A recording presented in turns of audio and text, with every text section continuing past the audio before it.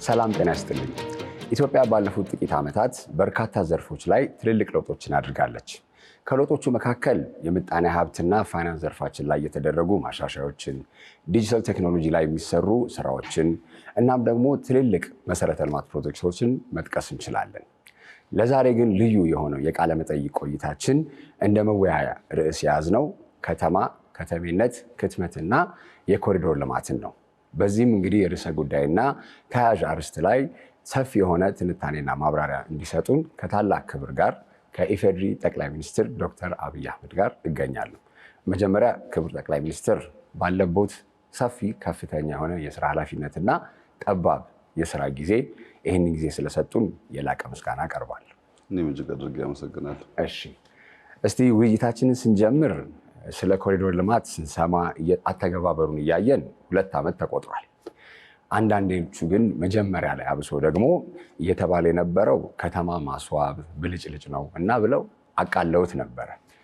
ከጊዜ ወደ ጊዜ ግን ከዛ በላይ እንደሆነ ታይቷል። እስቲ ኮሪዶር ልማት ፋይዳው ምንድን ነው? ዋናውስ ዓላማ? ከዛ ደግሞ አበርክቶስ? ማንኛውም የልማት ስራ ማንኛውም ፕሮጀክት ግቦች አሉት፣ ዓላማዎች አሉት። እንዲሁ ለተባለው ምክንያት ብቻ ሳይሆን አንድ ነገር ለማሳካት ነው የሚሰራው። ለምሳሌ አንዳንድ ፕሮጀክቶች ነጠላ ግብ ይኖራቸዋል። ነጠላ ግብ ማለት አንድ የሳሙና ፋብሪካ የሚሰራ ሰው ፋብሪካውን ይተክላል፣ ሳሙና ያመርታል፣ ይሸጣል። ግቡ ግልጽ ነው፣ ሳሙና ማምረት ነው። ወይም ደግሞ ድርብ ግብ ያላቸው ፕሮጀክቶች አሉ። ድርብ ግብ ያላቸው ፕሮጀክቶች ለምሳሌ ግድብ ብትወስድ በአንድ በኩል ኢነርጂ ያመርታል፣ በሌላ በኩል በመስኖ አማካኝነት እርሻ ያስፋፋል። ሲሰራ ከጅምሩ ጀምሮ ለዛ ዓላማ በድርብ ዓላማ ሊሰራ ይችላል። አንዳንዶች ደግሞ ድርብርብ ዓላማ አላቸው። ከሁለት በላይ በርከት ያለ ዓላማ ያላቸው ፕሮጀክቶችና የልማት ስራዎች አሉ። እንደነዚህ አይነት የልማት ስራዎች ቅድም እንዳልከው በቀላሉ ዲፋይን ስለማይደረጉ ብዙ ስም ይወጣላቸዋል። ለምሳሌ የኮሪደር ልማት በነጠላ ዓላማ የሚሰራ አይደለም፣ ለነጠላ ጥቅምም የሚውል አይደለም፣ ነጠላ ፕሮጀክት አይደለም። በውስጡ ብዙ ነገሮች ያሳካ ነው። ኢኮኖሚያዊ ግቦች አሉት፣ ማህበራዊ ግቦች አሉት፣ ከባቢያዊ ግቦች አሉት። እነዚህን ግቦች በዝርዝር ማየት ለሚችል ሰው የኮሪደር ልማት ምን ያህል ድርብርብ ዓላማን ይዞ እንደተነሳ ይገነዘባል። ለምሳሌ ኢኮኖሚን ብቻ ብንወስድ አንዱ በማክሮ ኢኮኖሚ ስብራት ብለን ያስቀመጥነው ስራ አጥነት ነው። ፕሮጀክት ስራ ማንኛውም ፕሮጀክት ኮሪደር ብቻ ሳይሆን ማንኛውም ፕሮጀክት ስራ ይፈጥራል። ኮሪደር ግን ስራ ብቻ ለሚፈጥረው እየተሰራም ስራ ነው። ፕሮጀክቱ ካለቀ በኋላም ተጨማሪ ስራ እድል ይፈጥራል፣ ኮንቲኒየስ ስለሆነ የስራ ባህሪው። ሁለተኛ ስኪል ይፈጥራል። የአዲስ አበባ የኮሪደር ዴቨሎፕመንት በጣም በርካታ ሃንዲ ኢንጂነርስ ፈጥሯል። ዩኒቨርሲቲ ገብተው ከሚያገኙት እውቀት የላቀ ፕራክቲካል እውቀት እንዲያገኙ አድርጓቸዋል። እነዚያ ወጣት ልጆች አዲስ አበባን ከሰሩ በኋላ አሁን በተለያየ የክልል ከተሞች 100% ዲዛይን ሰርተው የሚያደርጉት ግንባታ መልሶ እኛኑ ሰርፕራይዝ የሚያደርግ ነገር ይታያል። ኢኖቬሽን አለ፣ ስኪል አለ፣ ስራ ብቻ አይደለም ማለት ነው። ሁለተኛ ከቤት ግንባታ ጋር ተያይዞ ኢምፕሎይመንት ብቻ ሳይሆን ሃውሲንግ ትልቁ ቻሌንጅ ነው ኢትዮጵያ ውስጥ የነበረው።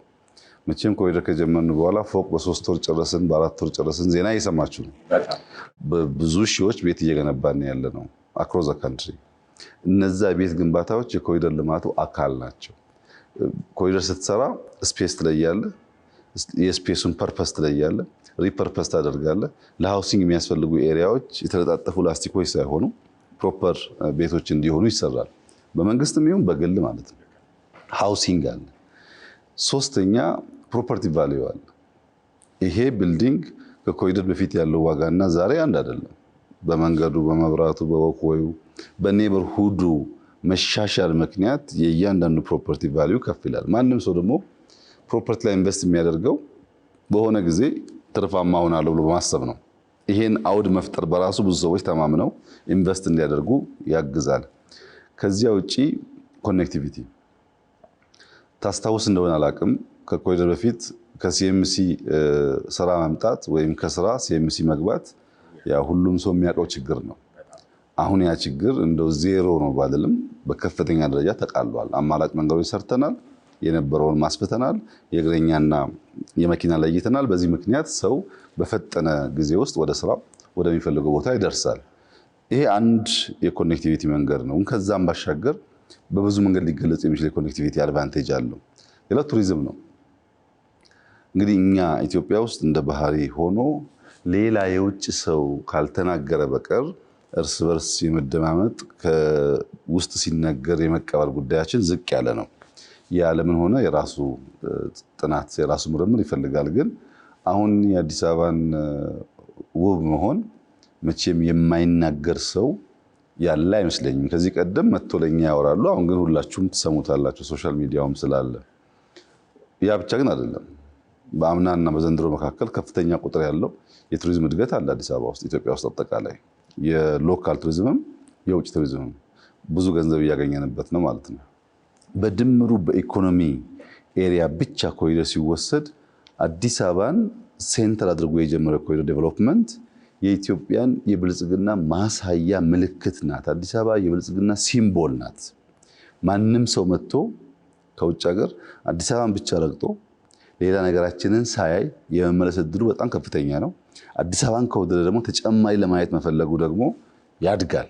ስለዚህ አዲስ አበባ በአንድ በኩል ሲምቦል ናት፣ በሌላ መንገድ ደግሞ ፓዝዌይ ናት። እሷን ያየና ያደነቀ እሷን ያየና የወደደ አርባ ምንጭ ልይ፣ ሐዋሳ ልይ፣ ባህር ዳር ልይልና ለተጨማሪ የብልጽግና ጉዞ መንገድ ታገለግላለች እና የመጀመሪያ ኢንትሪ ፖይንት ናት። አንተ ቤት ስመጣ ገና ግቢው ያልተመቸ ከሆነ የቆሸሸ ከሆነ ሳሎን ብዙ ውስጥ አይፈልግም። ሳሎን ገብቼ ሳሎን ያልተመቸ ከሆነ እንደዛው።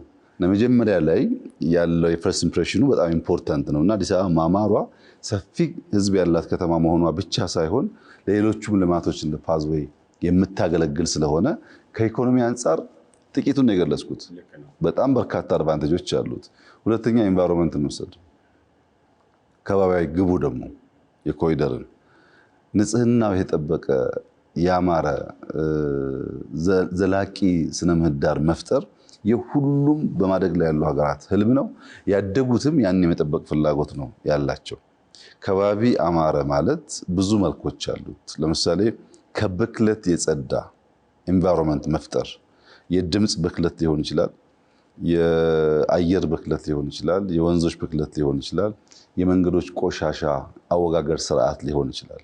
እነዚያ ሁሉ ተደምሮ በእያንዳንዱ ሰው የእንቅልፍ፣ የመብላት ፍላጎት፣ የመንቀሳቀስ ፍላጎት አፌክት ያደርጉታል። ለምሳሌ አንተ ምሽት አካባቢ ላይ ብትሆን አትንቀሳቀስም። ካልተንቀሳቀስክ ፊዚካሊ ፊት አትሆንም ማለት ነው።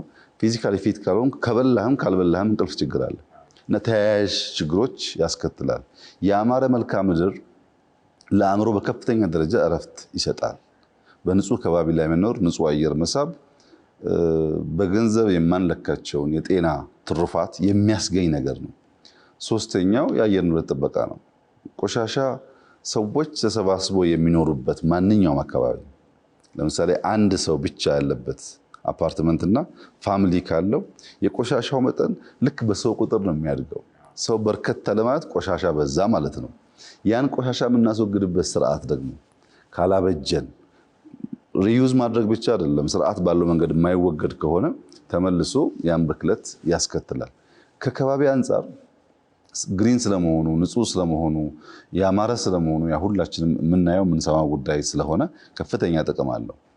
በአዲስ አበባ ኮሪደር ልማት ከኤንቫይሮንመንት አንጻር የኛ እምነት የብዙዎቹም እምነት አዲስ አበባ የተጸውዖ ስም ነበር። ናውን ነው የነበረው፣ አሰግድ ነው የነበረው፣ ስም ብቻ የነበረው። ዛሬ ግን ስም ብቻ አይደለም፣ ቨርብም ነው። አዲስ አበባ አብባለች፣ አዲስ አበባ ነጽታለች። የማበቧ ነገር ስሟ ብቻ ሳይሆን መገለጫዋም ሆኗል። ይህን ያመጣው የኮሪደር ልማት ነው። ከማህበራዊ ግብ ደግሞ እንመልከት። በማህበራዊ ግብ የኑሮ ጥራትን ለማሻሻል ለማረጋገጥ ካለው ፋይዳ አንጻር እኛ በ3 ኤ ነው የምንከፍለው። አንደኛው አክሰሲቢሊቲ ነው፣ ተደራሽነት። ቅድም የሲኤምሲ እንዳነሳሁት ቤት ሊሆን ይችላል፣ መስሪያ ቦታ ሊሆን ይችላል፣ ትራንስፖርት ሊሆን ይችላል። አንድ ሰው የሚፈልገውን ነገር በሚያውቀው ርቀት ቀድሞ በታወቀ በሚገመት ሰዓት ውስጥ የማግኘት አቅሙን ማሳደግ ነው። ይሄ በትምህርት ቤት፣ በጤና፣ በሱፐርማርኬት፣ በሞሎች፣ በሁሉም ሰርቪሶች እያደገ መሄድ ያለበት ነገር ነው። ሁለተኛው ደግሞ አፎርደቢሊቲ ነው። ለምሳሌ ድሮ ሳይሆን የዛሬ 2-3 ዓመት ሲኤምሲ የሚኖር ሰው ልጆቹን ፓርክ ይዞ መውጣት ካለበት ኦል ዘ ዌይ ነርቶ ፍሬንድሺፕ ካልመጣ በቀር አልነበረም። አሁን ግን በየሰፈሩ ስለሰራን ፓርኮች አንድ መካከለኛ ገቢ ያለው ቤተሰብ ማታ ከመሸ በኋላ ልጁን ኳስ ለማጫወት ወይም ይዞ ለመውጣት የግድ ፍሬንድሺፕ አይመጣም። ድሮ አንድ የሚያገባ ሰው፣ ሰርገኛ ሰው በዚህ ቀደም እንዳልኩት ከየትም ቦታ ቢሆን የሸራተን አጥር ጋር መጥቶ ፎቶ መነሳት አለበት፣ አጥሩ ላይ ማለት ነው። ዛሬ አዲስ አበባ የተሰራችው ለሙሽራ የሆነ ይመስል በየሄድክበት በጣም አማራጮች አሉ። አፎርደብል ነው ማለት ነው። ለሰዎች የሚፈልጉትን ነገር ለመከወን በአካባቢያቸው ያገኛሉ። ለምሳሌ የኳስ መጫወቻ ትናንሽ ስታዲየሞችን የወሰድክ እንደሆነ ከ1600 ገደማ ነው አዲስ አበባ ብቻ የተሰራው። አሁን ሲኒየር ሰዎች ስራ ውሎ ማታ 2 ሰዓት 3 ሰዓት ከጎረምሶች ጋር ከሰፈር ሰው ጋር ኳስ ሲጫወቱ ማየት እየተለመደ መጥቷል። መስፋት አለበት፣ በቂ ነው ማለት አይደለም፣ ግን አፎርደብል የማድረጉ ነገር በብዙ መንገድ እየሰፋ ነው ያለው። ሶስተኛው አትራክቲቭነስ ነው፣ ሳቢነት። ሰው አይቶ ዋው ንጹህ ናችሁ፣ ኦርደርሊ ነው ከተማው ይላል። ከምን? አንደኛው ከቀለም ኮድ ነው። ቀለም ዝብርቅ ያለበት ከተማ ወይም ቤት ውስጥ ከ3 ከለር በላይ ቀለም የተቀባ ቤት ውስጥ ብትገባ ሳታቆይ የቆየ የመረበሽ ራስ የማመም ነገር አለ። ብዙ አይነት ቀለሞች ቡራቡሬ ሲሆኑ ያውካሉ። ቀለም ብቻ ደግሞ ሳይሆን ጥራት፣ ኤስቴቲኩ፣ እያንዳንዱ ተች፣ እያንዳንዱ የምታየው ነገር ፕሮፐርሊ የተሰራ መሆኑ፣ ብርሃን፣ ለብርሃን የምንሰጠው ቦታ ከፍ ያለ መሆን አለበት። ጨለማ ሁሌም ያስፈራል። ጨለማ ስለ እያንዳንዱ እርምጃ እጅጉን ኮንሽስ ሆነ እንድትጨነቅ ያደርጋል። ብርሃን ደግሞ በደመ ነፍስ እንድትንቀሳቀስ ያደርጋል። ለምሳሌ ከዚህ ቀደም ከ4 ኪሎ ወደ ሽሮ ሜዳ መሄድ መሸት ካለ ግራና ቀኝ ማየት ግዴታ ሊሆን ይችላል። ጉድጓድ ስለሚኖረው መንገዱ መጠንቀቅ ግዴታ ሊሆን ይችላል። ዝም ብለህ በደመ ነፍስ የምታደርገው ጉዞ አይደለም። አሁን ግን ብርሃን ነው፣ ፀሐይ ነው የሚመስለውና ያ ነገር ጉዞውን ያቀልልሃል። እነዚህን አይነት ግቦች ከማህበራዊ ግብ አንጻር ያሳካልና ኮሪደርን ሲጠቀለል ሰዎች ስም ሊያወጡለት ሲሞክሩ መጀመሪያ ግቦቹን ማየትና ግቦቹን በምን ደረጃ እንዳሳካ ማረጋገጥ ማወቅ ያስፈልጋል። እኛ ኮሪደር ስንጀምር ዋና ዓላማችን የነበረው በብዙ ሀገራት ካፒታሲቲያቸው ብዙ ህዝብ ስላለውና ያንን ማረቅ ማሻሻል አይቻልም በሚል እምነት አንዳንዶቹ 80 አንዳንዶቹ 100 አንዳንዶቹ 1000 ኪሎ ሜትር ርቀው ካፒታሲቲ የሞከሩ አሉ ለመስራት። ዋናውን ከተማቸውን ጥለው ከከተማ ወጥተው ሌላ ከተማ ለመስራት ሞክረዋል። ይሄ ባደረግነው ጥናት አዋጭ አይደለም።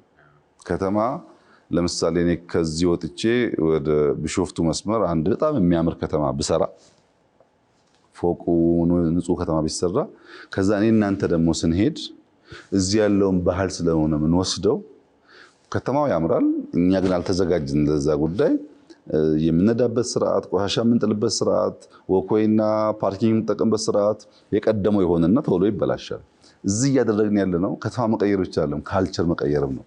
እንደምታየው 100% ባይባልም በተለይ ወጣቱ በከፍተኛ ደረጃ ቆሻሻ መጣል አይወድም። የሚጥሉ ሰዎች ካሉ ይቆጣል፣ የሚያጠፉ ሰዎች ካሉ ይገስጻል፣ ይጠብቀዋል ከተማውን። ይሄን ካልቸር ነው አብረን እየፈጠርን ያለ ነው። አንዳንዶቹን ስም መጣት አልፈልግም እንጂ ኒው ሲቲ ፈጥረው ከ1000 ሰው ያነሰ የሚኖርባቸው ቦታዎች አሉ። ቢሊየንስ ኦፍ ዶላር ኢንቨስት አድርገው የኛ ሞዴል አሁን ለብዙዎቹ እንደ ምሳሌ የተወሰደ ነው። ነባር ከተሞችን ህዝቡ ባለበት መጠነኛ ሽግሽግ እየፈጠሩ ማዘመን መቀየር ይቻላል በሚል ይሄ ኤክሰፕሽናል አዲስ አበባ ብቻ ነው ባይዘው የቀየሩ ከተሞች ወጥተውን ያደረጉት እንጂ እንዳለ ከተማውም ከነማህበረሰቡ የቀየሩ ብዙ አይደሉም። ያኛው በጣም ኤክስፔንሲቭ ነው፣ ብዙዎቹ አልተሳካላቸውም። እኛም እንጆይ እያደረግነው ነው፣ ብዙም እየተማርንበት ነው። አዳዲስ ለምንሰራቸው ስራዎችም በር እየከፈተ ነውና በድምሩ ኮሪደር ልማት የተሰጠው ስም ተገቢ አይመስለኝም፣ ግን ደግሞ አይደንቀኝም። ቢኮዝ ስራ ሰርተህ የማታውቅ ከሆነ ዓላማ ግብ የማትለይ ከሆነ የስራን አድካሚነት የማትረዳ ከሆነ ስም ማውጣት ነው። ጀስት ስመለጠፍ ቀላል ነው።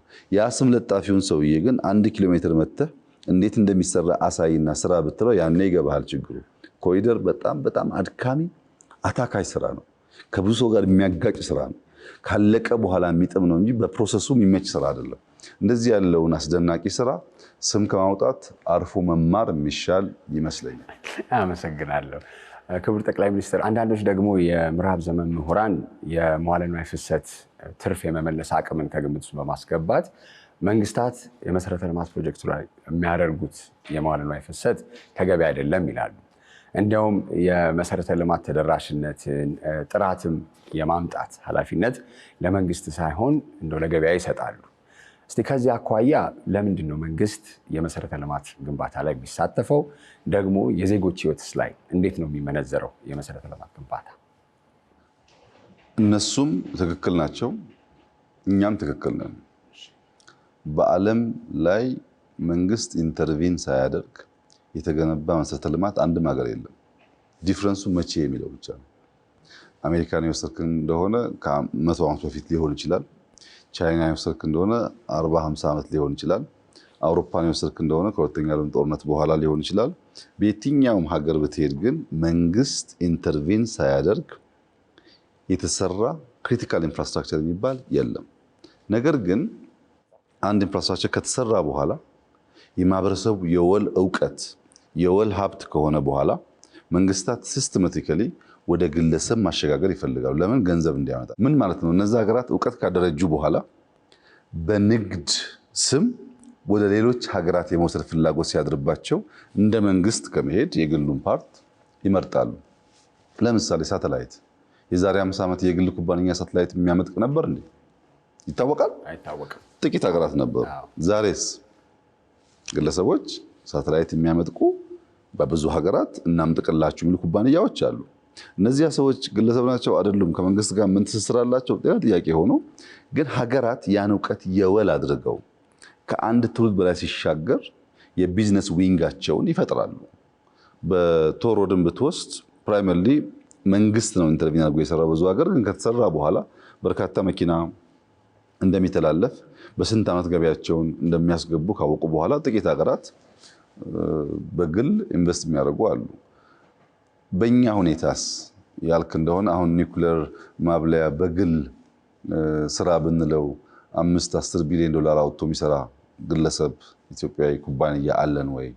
ሳተላይት ቢባል አለን ወይ? ከዚህ አዋሽ 150-200 ኪሎ ሜትር ቶር ሮድ ስራ በግል ብትለው መንገዱ ይቅር እንደው ካሳውንስ ይችላል? አይቻልም። ኢምፖሲብል ነው። ከፍተኛ የሆነ ኢንቨስትመንት የሚፈልጋል። ኢምፖሲብል ነው። በኋላ ግን እየተለመደ ሲሄድና በልጆቻችን ዘመን አንዳንዱ ጉዳይ ከመንግስት ትሪክል ዳውን እያደረገ እየወጣ እየወረደ ወደ ግለሰቦች ወደ ኩባንያዎች ሊሄድ ይችላል። እነሱም በጊዜያቸው ልክ ናቸው፣ እኛም በጊዜያችን ልክ ነን የምልበት ምክንያት አሁን ባለንበት ሁኔታ ለምሳሌ ሪቨርሳይድ ሽታውን ሁላችንም እናውቃለን። ግን ማን ነው የትኛው ፕራይቬት ሴክተር ነው ምን አገኝበታለውስ ብሎ ነው ኢንቨስት የሚያደርገው? መንግስት ለወል ትርፍ ነው ኢንቨስት የሚያደርገው።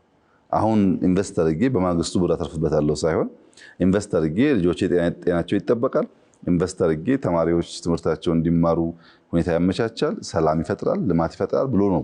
መልታይ ዳይሜንሽናል ፕሮፊት ሲታሰብና በቀጥታ አምርተህ ሽጠህ ገንዘብ ብቻ ሪተርን ኦን ኢንቨስትመንት ሲታሰብ አንድ አይደለም። በዚህ ምክንያት መንግስታት ኢንተርቪን ማድረጋቸው ጊዜው እና የስራው አይነት ይለያይ ይሆናል እንጂ የሚቀር አይመስለኝም። ወደፊትም ቢሆን በእኛ ሁኔታ የመንግስት ኢንተርቪን ማድረግ ለኢኮኖሚ ኢንጂን ነው ሞተር ብለን ስለምናስብ ኢንፍራስትራክቸር ላይ ቢያንስ በሶስት መንገዶች የዜጎቻችን ህይወት እንዲቀይር አድርገን ኢንተርቪን እናደርጋለን። አንደኛው የገቢ አቅምን ይጨምራል። ከዚህ አዳማ ሃይዌይ አለ። ከዚህ አዳማ ፕላስ ኦር ማይነስ 100 ኪሎ ሜትር ቢሆን በአንድ ሰዓት ተጉዘህ የምትፈልገውን ነገር መውሰድ ግራብ ማድረግ ብትችል ከዚህ አምቦ፣ ከዚህ ደብረ ብርሃን፣ ከዚህ ፊቼ ግን እኩል ርቀት ኖሯቸው በዛ ባጠረ ሰዓት ውስጥ ሄደህ የፈለከውን ነገር መሸጥ መግዛት አትችልም። በዚህ ምክንያት ወጪው ይበዛል፣ ገቢው ያንሳል ማለት ነው። ኢንፍራስትራክቸር ካለ መንገድ ብቻ አይደለም፣ መብራትም ሊሆን ይችላል፣ ቴሌኮም ሊሆን ይችላል። ኢንፍራስትራክቸር ሲባል እነዚህን ያሉት ሀገራት ግን በቀላሉ ገቢው ይጨምራል። ኦር አንድ አርሶ አደር ጋምቤላ ላይ ያለ አርሶ አደር ቡና ወይም ወርቅ አምርቶ አዲስ አበባ ያለውን ፕራይስ ለማወቅ የዴታ አክሰስ ያስፈልገዋል። ኢንፍራስትራክቸር ነው። ዴታ ከሌለው ዋጋ አያውቅም። ሰንበዲ በቀለለ መንገድ ድካሙን ሊወስድበት ይችላል። ለዚህ ኢንፍራስትራክቸር የእያንዳንዱን ዜጋ ገቢ በማሳደግ ደረጃ ከፍተኛ ሚና አለው ማለት ነው። ሁለተኛው ኢኮኖሚያዊ ፍትሃዊነትን ያረጋግጣል። ካንትሪ ሳይድ መኖር፣ ሪሞት ኤሪያ መኖር እና በከተሞች መኖር በኢንፍራስትራክቸር ዴቨሎፕመንት ምክንያት ብቻ የገቢ መዘባረቅ እንዳይኖር ያደርጋል። ለምሳሌ በሰለጠነው ዓለም የትኛውም ክፍለ ሀገር ብትሄድ የምትፈልጋቸው ሱፐርማርኬቶች ይመሳሰላሉ፣ ሞሎች ይመሳሰላሉ። ስታንዳርድ የተጠበቀ ነው እና ለአንተ እዛ ጋር መኖር ወይ እዚህ ጋር መኖር ከስራ ከቤተሰብ ምቹነት ካልሆነ በስተቀር በእለት ተዕለት የአንተ ኑሮ ላይ ብዙ ዲፍረንስ የለውም። ያን ለማምጣት ኢንፍራስትራክቸር በጣም በእጅጉ ኢምፖርታንት ነው። ሶስተኛው የኑሮ ጥራት ነው። ኳሊቲ ኦፍ ላይፍ መንገድ የሌለበት ሀገር ውስጥ አንድ ሰው ቢታመም ቢሰርግና ቢያገባ አደጋ ቢያጋጥመው ሮጦ ለማምለጥም ደርሶ ለማዳንም አይችልም። መብራት በሌለበት ሀገር ሰዎች ኢንዱስትሪ ቢያስቡ ሰርቪስ ኤሪያ ላይ መስራት ቢፈልጉ አይችሉም። ቴሌኮም በሌለበት እውቀት ኢዝሊ አይሰራጭም፣ ንግድ አይሳለጥም፣ ሰዎች መረጃ በቀላሉ አያገኙም። ቴሌኮም ኢንፍራስትራክቸር ብቻ ብንወስድ 5G አሶሳ ላይ አለ፣ አዲስ አበባም ላይ አለ ይባል። ከዚህ ቀደም አሰግድ ፕራይቬት ኮሌጅ ሄዶ አንድ ሀገር ዲግሪ ሲሰራ ቢያንስ $100,000 ኮስት አለው። ያን $100,000 የሚያወጣው ለእውቀት ነው። በዚያ እውቀት ሰርቲፋይ ከሆነ በኋላ አንድ ኩባንያ ገብቶ ለመቀጠር የስራ መፍጠር ነው። ዛሬ በኮኔክቲቪቲ ምክንያት ብቻ አንተ 100,000 ያወጣህበትን ዲግሪ በ300 እና በ400 ብር ብቻ በኦንላይን ኤአይ ተጠቅሞ ሰው ሲሚላር ኮርሶች ይወስዳል። ካንተ እኩል ስራ ያገኛል፣ ካንተ እኩል በኩባንያዎች ይፈለጋል። እውቀት የምናገኝበት መንገድና ኮስቱ ቺፐር የሚሆነው ኢንፍራስትራክቸር ካለ ብቻ ነው። ያ ባለመኖሩ ምክንያት አክሰስ ያለው በ300 ብር ያገኘውን ዲግሪ አክሰስ የሌለው 100,000 እንዲያወጣ ይገደዳል ወይም ዕዳ ይሆንበታል ማለት ነው። በብዙ መልኩ ማህበረሰብን አፌክት የሚያደርግ የሚጠቅም ነገር ስለሆነ በእኛ ሁኔታ ኢንፍራስትራክቸር ላይ ኢንቨስት ማድረጋችን የሚቀጥል ይሆናል። ለምሳሌ ቤት ችግር ነው። አሁን አንተ ቤት የለህም እና ቤት ጥያቄ አለ። የፕራይቬት ሴክተሩ ቤት እየገነባ ብለን ብንጠብቅ እንደ ሀገር አይሆንም። ለፕራይቬት እናመቻቻለን፣ ከፕራይቬት ጋር ተቀናኝተን እንሰራለን። በግል ደግሞ መንግስት አስቦ አቅዶ ኢንቨስት ያደርጋል። ያ ሲሆን ባጠረ ጊዜ ውስጥ የሰውን ፍላጎት ለማሟላት ያግዛል ማለት ነው። ኢንፍራስትራክቸር ነው እሱ። በዚያ መልክ ካልታየ በቀር ውጭ የምናየውና የምንሰማው እንዳለ እኛ ጋር ይሁን ካል የኛ አክቹዋል ነባራዊ ሁኔታው እዚያ ካለው ጋር ስለማይመሳሰል አይሰራም። የመንግስታት ባህሪ፣ የመንግስታት ኢንተርቬንሽን፣ የመንግስታት አሰራር ሁሉ አንድና ያው መሆን አይችልም። የምንማማረው ጉዳይ እንደተጠበቀ ሆኖ ማለት ነው። እስቲ የኮሪዶር ልማት ላይ ልዩ ትኩረት ተሰጥቶ የሚሰራባቸው የመሰረተ ልማት መስኮች ምንድን ናቸው? ቅድም እንዳነሳሁት ዘርፈ ብዙ ግቦች ያሉት ነው። ጥቂቶቹን ለማንሳት አንደኛው ስማርት ትራንስፖርት ነው። የትራንስፖርት ሲስተሙ ስማርት መሆን አለበት። ስማርት መሆን አለበት ሲባል አዲስ አበባ ከ5 ሚሊዮን በላይ ህዝብ የሚኖርባት ሀገር በመቶ ሺዎች የሚቆጠር መኪና ያለበት ከተማ ነው። ለምሳሌ 1 ሚሊዮን መኪና አለ ብለን ብንወስድ ወይም 6-7 ሚሊዮን ሰው አለ ብለን ብንወስድ የመንግስት ትኩረት የነበረው ለነዛ 1 ሚሊዮን መኪናዎች አስፋልት መስራት እንጂ ለነዚህ 5 እና 6 ሚሊዮን ሰዎች በእግራቸው መጓዝ እንዲችሉ የሚያመቻች እሳቤ አልነበረም። ወይም አካል ጉዳተኛ በጣም ከፍተኛ ቁጥር ኢትዮጵያ ውስጥ መንቀሳቀስ ቢፈልጉ እነሱን ታሳቢ ያደረገ አልነበረም። ወይ መኪና አልፈልግም ሳይክል እጠቀማለሁ ቢል ሳይክል ለመጠቀም የሚያስችል አስቻይ ነገሮች ኢንፍራስትራክቸር አልነበረም። ስማርት ትራንስፖርት ስንል እነዚህ ሁሉ ያካትታል። ከዚያ ባሻገር ታስታውስ እንደሆነ የዛሬ 3 ዓመት 4 ዓመት ገደማ ብዙ ፓርኪንግ ስላልነበረን ከተማ ውስጥ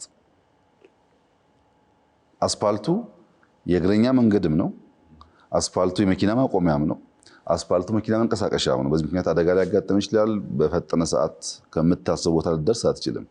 ባለፉት ዓመታት ገደማ አዲስ አበባ ውስጥ ፓርኪንግ ሰርተናል። ሄደህ ፓርክ ማድረግ የምችልባቸው ቦታዎች በርካታ ናቸው። የኢቪ ቻርጀር አክሰስ ማግኘት፣ የሄድክ የት እንዳለ አውቀህ ቻርጅ ማድረግ መቻል፣ እነዚህ ሁሉ የትራንስፖርት ሲስተሙን የሚያሳልጡ ናቸው። ጥፋት ተጠፋ የካሜራ ሲስተሞች ወንጀለኛን ለመለየት የምንጠቀምበትን ጨምሮ ማለት ነው። በጣም በርካታ ጉዳዮች የሚካተቱበት ቢሆንም ስማርት ትራንስፖርት አንዱ የኮሪደር ልማት ግብና ፍላጎት ነው። ውጤትም እያገኘንበት ነው። ሁለተኛው ሰርቪስ ነው። የተሳለጠ ሰርቪስ ለምሳሌ ሪሰንትሊ የሞባይል የፖሊስ ሰርቪስ ፕሮቫይድ ማድረግ የሚያስችል ስቴሽን ሰርተናል ቦሌ አካባቢ ላይ። ያ እየተበራከተ ይሄዳል። ሰው እክል ቢገጥመው ችግር ቢገጥመው ወደ ፖሊስ ስቴሽን ሳይሄድ ጉዳዩን አፕላይ ማድረግ መቻል ማለት አንድ ሰርቪስ ነው። የፖሊስ ኃላፊዎች ማግኘት ቢፈልግ ቨርቹዋሊ የአክሰስ ሰርቪስ ነው። መሶብን ብትወስድ በርከት ያሉ ሰርቪሶች በአንድ ቦታ የሚሰጥባቸውን ቦታዎች ብትወስድ የተሳለጠ ሰርቪስ ከሚሰጡ እንትኖች አንዱ ነው። መብራት፣ ውሃ፣ ቅድም እንዳነሳሁት ቤት፣ ቴሌኮም እነዚህ ሁሉ ያካትታል። ለምሳሌ ከዚህ ቀደም 1 ኪሎ ሜትር መንገድ ስንሰራ መብራት ይቆፍራል፣ ይቀብራል። ከ15 ቀን በኋላ ቴሌ ይመጣል፣ ይቆፍራል። ከቀበረ በኋላ መልሶ ደግሞ አይደፍነው። እንደዚህ የነበረው ሀሳብ ወይም ውሃ መጥቶ ይቆፍራል። አሁን እንደዛ አይደለም። ኮሪደር ያለበት ቦታ ላይ እነዚህ ተቋማት ተቀናጅተው በጋራ ነው የሚሰሩት። የሚጠገን ነገር ካለም መልሶ እንዳይበላሽ ነው የሚሰራው። በዚህ ምክንያት ሰርቪስ ስሉጥ ሆኖ ሰዎች መብራት ተቋረጠ፣ ውሃ ተቋረጠ የሚለው ችግር ሙሉ በሙሉ ባይስተካከልም ኮሪደር ባለበት አካባቢ ግን ቶሎ ፊክስ ለማድረግ የሚያስችል እድል ፈጥረዋል። ሶስተኛው የወንዝ ዳር ልማት ነው። እንግዲህ ግሪን ኢንቫይሮንመንት ምን ፋይዳ አለው ተብሎ አይነገርም መቼም፣ በጣም ጠቃሚ ነገር ነው። እሱም የኮሪደር ልማቱ አካል ነው። ጤናማ ህብረተሰብ መፍጠሪያ መንገድ ነው። ሰዎች በጣም በእግር ይንቀሳቀሳሉ። አሁን ታስተውል ከሆነ 3 ሰዓት 4 ሰዓት ብትወጣ ከተማ ውስጥ እንደ ቤተሰብ ልጆቻቸውን ይዘው ሰዎች ወክ ያደርጋሉ። ደሞዝ ነው ለኛ፣ በጣም ከፍተኛ ደስታ ይፈጥራል። ሰዎች ማታ ተሰባስበው የፋሚሊ ታይም ኖሯቸው በንጹህ መንገድ በብርሃን ወክ እያደረጉ፣ ሲኒየር ሰዎች ደግሞ አንዳንዴ በጣም ሽማግሌዎች ከልጆቻቸው ጋር ወክ ሲያደርጉ ይታያል። ያ ሁሉ በጣም አስደሳች የጤናማ ህብረተሰብ መፍጠሪያ እንደ መንግስት ትልቁ ትል መሆን ያለበት ጉዳይ ነው። ሌላው ቴክኖሎጂ ነው። ስማርት ቴክኖሎጂ ለምሳሌ ከተማ ውስጥ የሚለጣጠፉ ወረቀቶች፣ ላስቲኮች የጠፉት ስክሪን ስላለን ለምንፈልገው ነገር ስማርት ስክሪኖች አሉን፣ ስማርት ላይቶች አሉን፣ ዴታ ሴንሰርስ አሉን፣ ዳታ የምንሰበስብባቸው መንገዶች፣ ያንን ቨርቹዋል የሚቆጣጠርባቸው መንገዶች አሉ።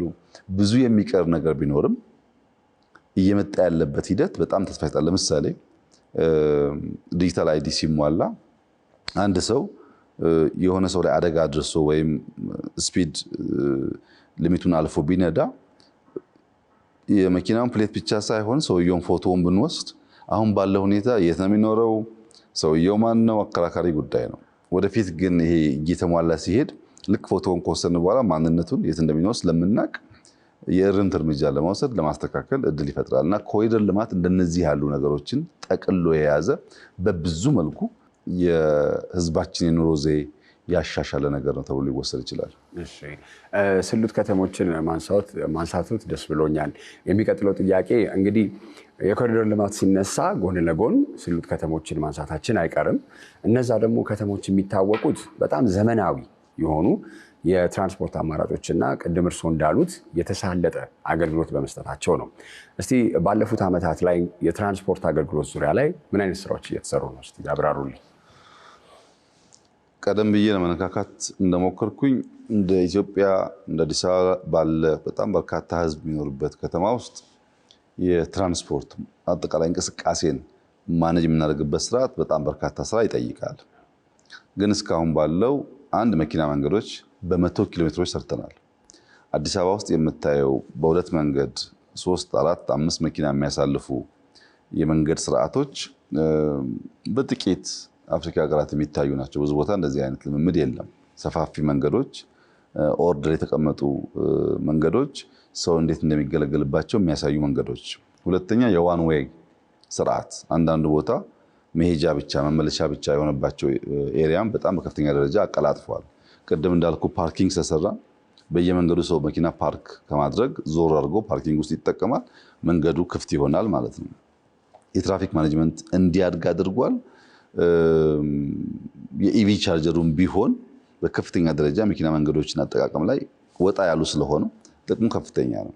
የሳይክል መንገዶች አሁን እግረኛውም መኪናውም ሳይክሉም በጋራ በሚንቀሳቀስበት ጊዜ ብዙ አይነት አደጋ ሊያጋጥም ይችላል። አሁን የእግረኛ መንገድ ብቻ ሳይሆን የሳይክል መንገድ መለየቱ ያን ደግሞ ኦርደር ሊመጠቀም ልምዳችን እያደገ ሲሄድ በከፍተኛ ደረጃ ትራንስፖርት ላይ ውጤታማ ነው። ለምሳሌ ቤትህ ሲኤምሲ ሆኖ ስራ መገናኛ ቢሆን ወይም ቦሌ ቢሆን ለብዙ ወጣት ምንም አይነት ትራንስፖርት አያስፈልግም። ሳይክል ከሲኤምሲ ቦሌ 10-15 ደቂቃ ነድቶ መሄድ ይችላል። መንገዱ ይመቻል። ኦር ጠንካራ ከሆነ 40 ደቂቃ 50 ደቂቃ ወክ አድርጎ ሊሄድ ይችላል። ይሄ አማራጭ ግን ከዚህ ቀደም አልነበረም። መንገዱ ይሸታል፣ የተስተካከለ አይደለም። እዚህ ጋር ሆይ ካለ ቀጥሎ የለም። በዚህ ምክንያት ሰው ከቤቱ ወጥቶ እስከሚሰራበት መጓዝ አይችልም። ያ አማራጭ ግን አሁን አለ። የሳይክል መንገዶች መስፋፋታቸው ለስራ ብቻ ግን ዴሊቨሪ ለምሳሌ አንድ ሰው ወጣት ስራ የለኝም ቢል እና አንድ ወንድሙ ሳይክል ቢገዛለት በሳይክሉ ፒዛ ዴሊቨሪ እያደረገ ስራ ሊፈጥ ይችላል። ለራሱም ፊዚካሊ ፊት ይሆናል፣ እንቅስቃሴውም የተመቻቸ ነው፣ ኢንፍራስትራክቸሩ ለዛ ይመቻል ማለት ስራ አገኘበት። ፊዚካሊ ፊት መሆን ብቻ ሳይሆን የእግረኛ መንገድ ያ ሁሌም እኔ ሪኮመንድ የማደርገው ነገር ነው። ሰው በተቻለ መጠን አደጋ የማያስከትልበት ከሆነ ተጨማሪ ወጪ ከሌለው ከመኪና ጋር የማያቀላቅል ከሆነ በእግር መሄድ መለማመድ በጣም ጠቃሚ ነው። እኔ ጊዜ ካለኝ እስከ 10 ኪሎ ሜትር ድረስ በቀን እጓዛለሁ። ይሄ ደግሞ እንደምታየው በእድሜ እኔ እናንተ መካከል ከፍተኛ ቢኖርም እስካሁን እንደዚህ እኩል እንድንመስል ያደረገን ነገር እሱ ነው እና በእግር መጓዝ ጠቃሚ ነው። በጣም ጠቃሚ ነው። መኪና መቀነስ በጣም አስፈላጊ ነው። መሶብን ቅድም እንዳነሳሁት ነው እና በብዙ መንገድ የትራንስፖርት ስርዓቱ ሰው ከቤቱ ወጥቶ ስራ ቦታ ሄዶ የሚገበያይበት ቦታ ሄዶ የሚፈልገውን ነገር ለመውሰድ ያስቀመጠውን የጊዜ በጀት የሚያናጋ መሆን የለበትም። በአንድ ሰዓት ውስጥ ይሄን አገኛለሁ ብሎ 3 ሰዓት ከፈጀበት ብዙ ጉዳይ ሊበላሽ ይችላል። ያን ለማስተካከል የሚያስችል እድል ፈጥሯል። ነገር ግን ካልቸር ላይ ስራ ይፈልጋል።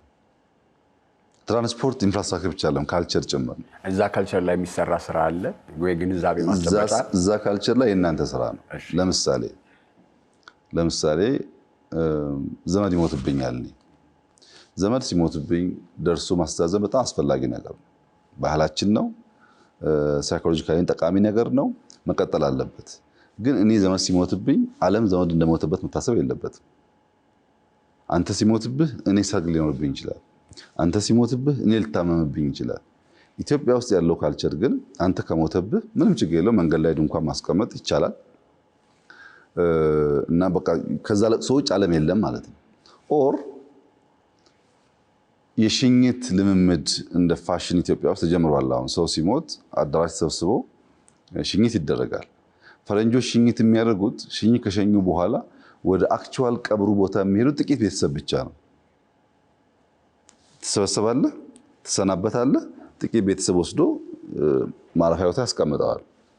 የኛ ግን ምንድነው? ሽኝት ቦታም በሺዎች ነን። ያ ሺህ ሰው ተመልሶ ተሰልፎ ደግሞ ቀብር ቦታ ይሄዳል። ተሰልፎ ደግሞ ቤት ይመጣል። አሁን እንደነዚህ አይነት ያልተገሩ በጣም ኤክሰሲቭ የሆኑ ካልቸሮች ብዙውን የትራንስፖርት ሲስተም ያውካሉ። ሰርጋችንን ተመልከት። አንተን ያገባው አንተ ባገባው ሰፈር አገር ብሎ መረበሽ የለበትም። በሙዚቃ ትረብሻለህ፣ በመኪና ትረብሻለህ፣ መኪና ትዘጋለህ። ሰርገኞች ካሉ ለምሳሌ እንደዚህ እየዘጉ መሄድ መብታቸው ነው የሚያመስላቸው።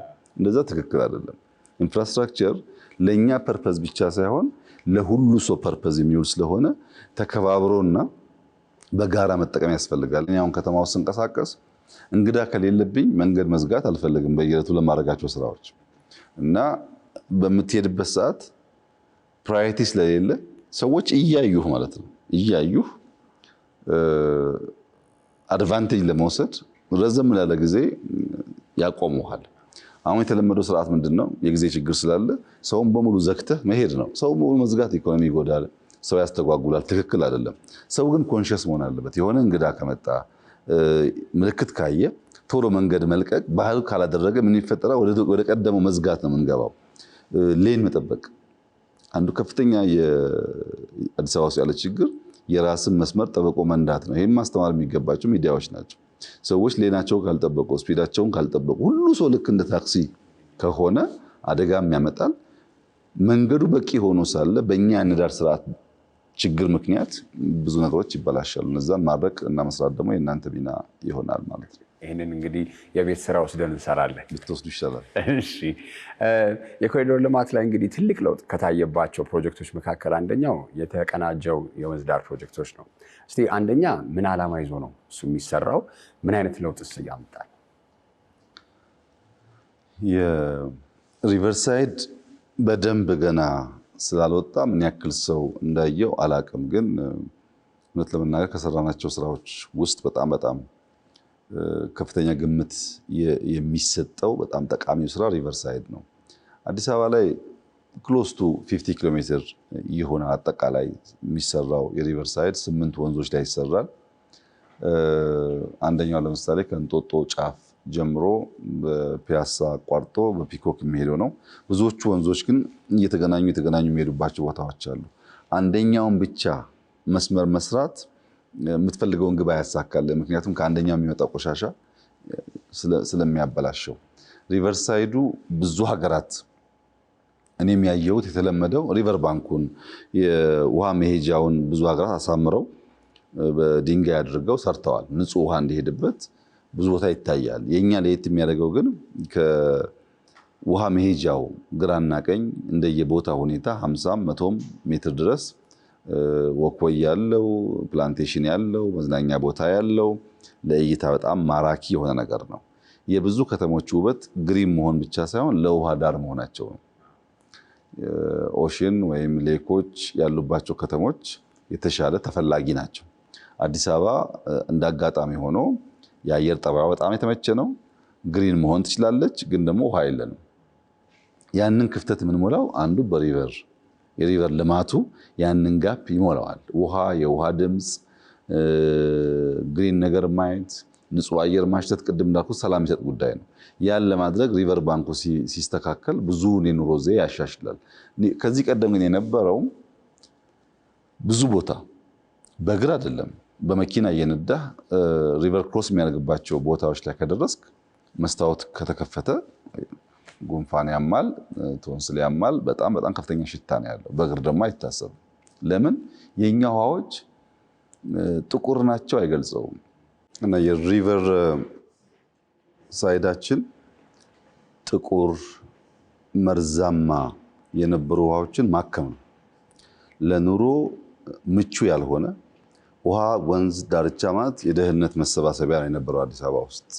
ከተማው የማያውቀውም ቦታው ሰውን በላይ ይገነባል። የችግርተኛ ህጋዊ ያልሆኑ ሰዎች መኖሪያ የነበረው።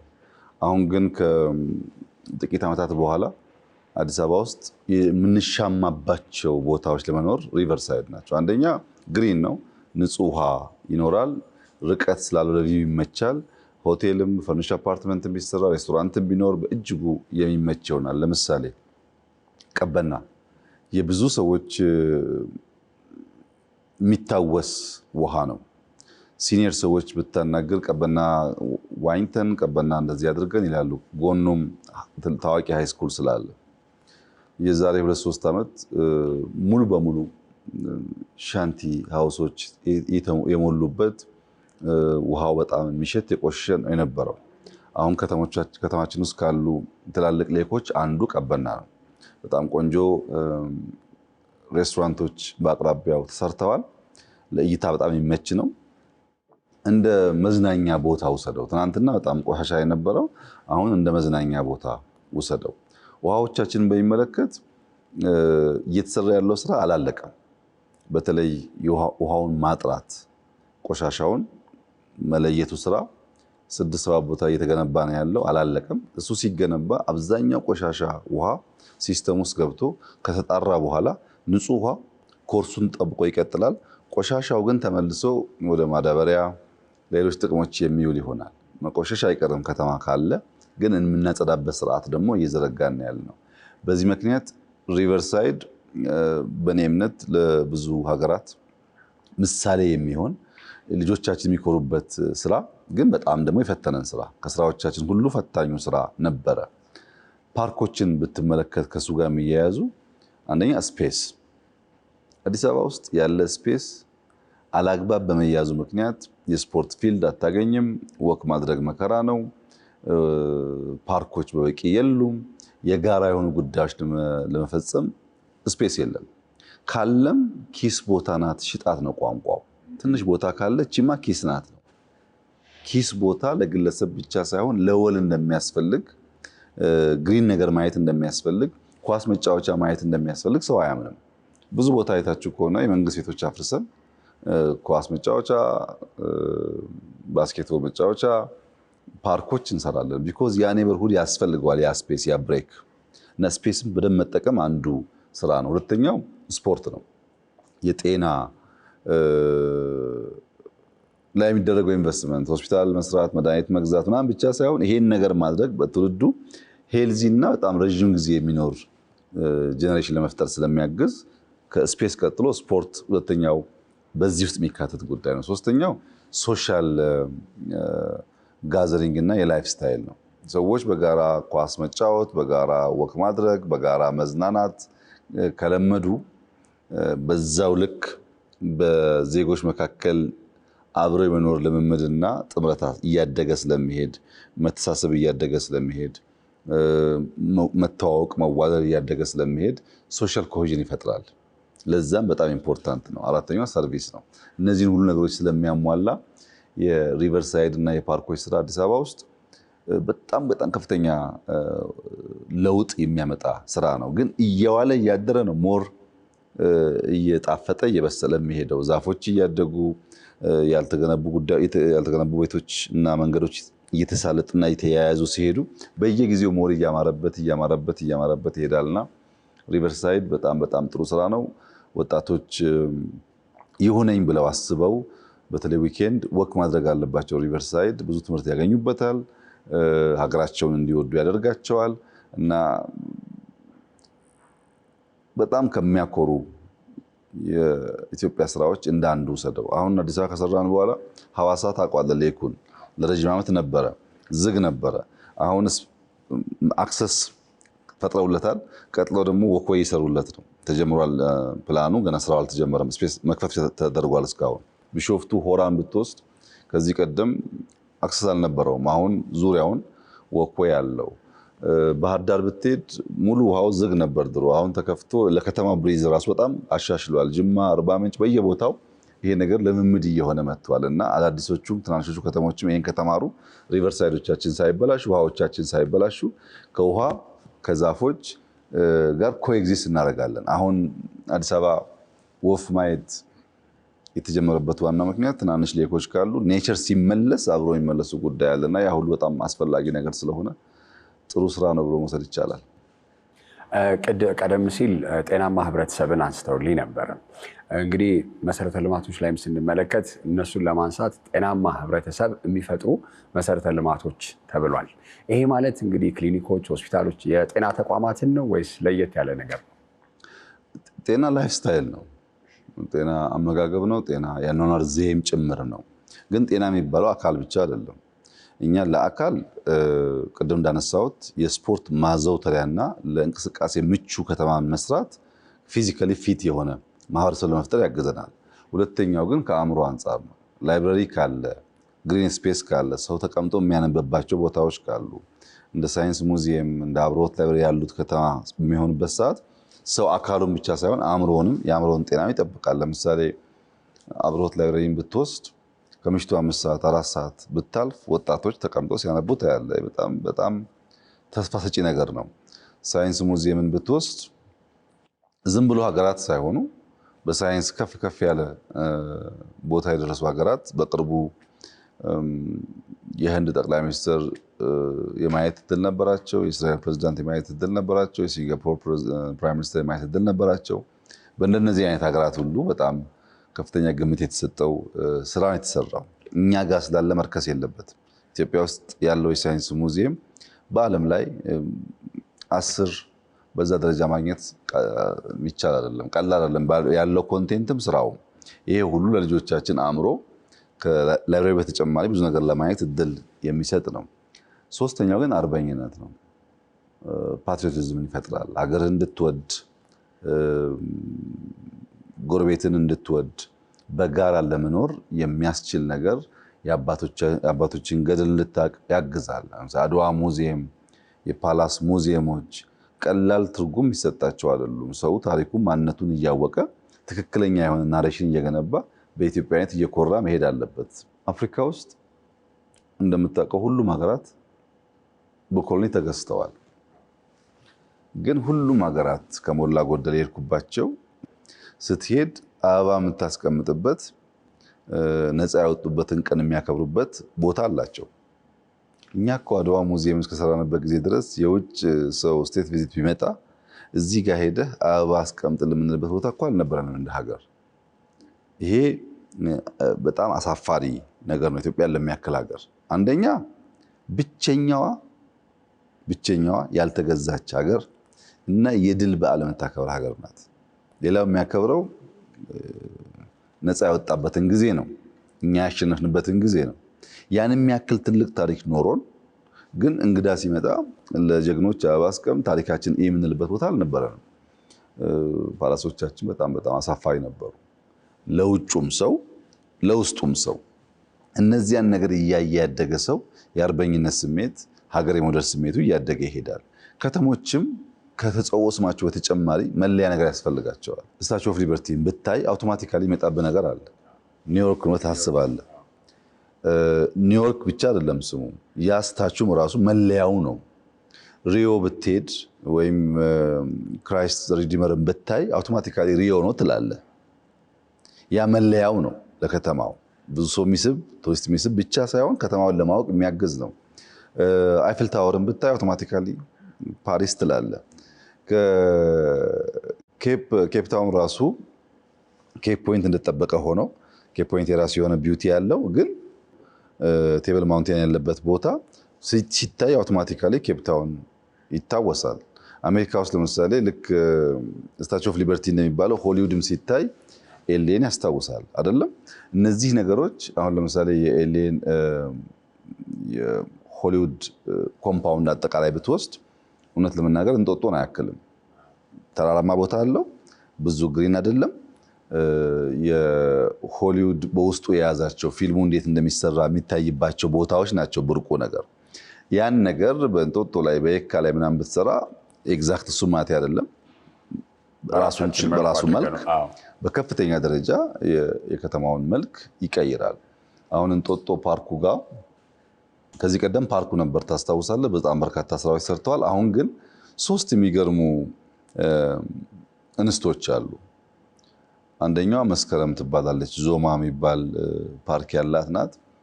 ባለፉት 6 ዓመታት ነንስቶፕ ነው ያንን ቦታ የገነባችው። እንጦጦ ላይ አልጨረሰችም። አሁንም ግን የሰራችው ስራ እውነት ለመናገር ለብዙ ጊዜ ለብዙ 10 ዓመታት የሚጎበኝ እንደሚሆን ጥርጥር የለኝም።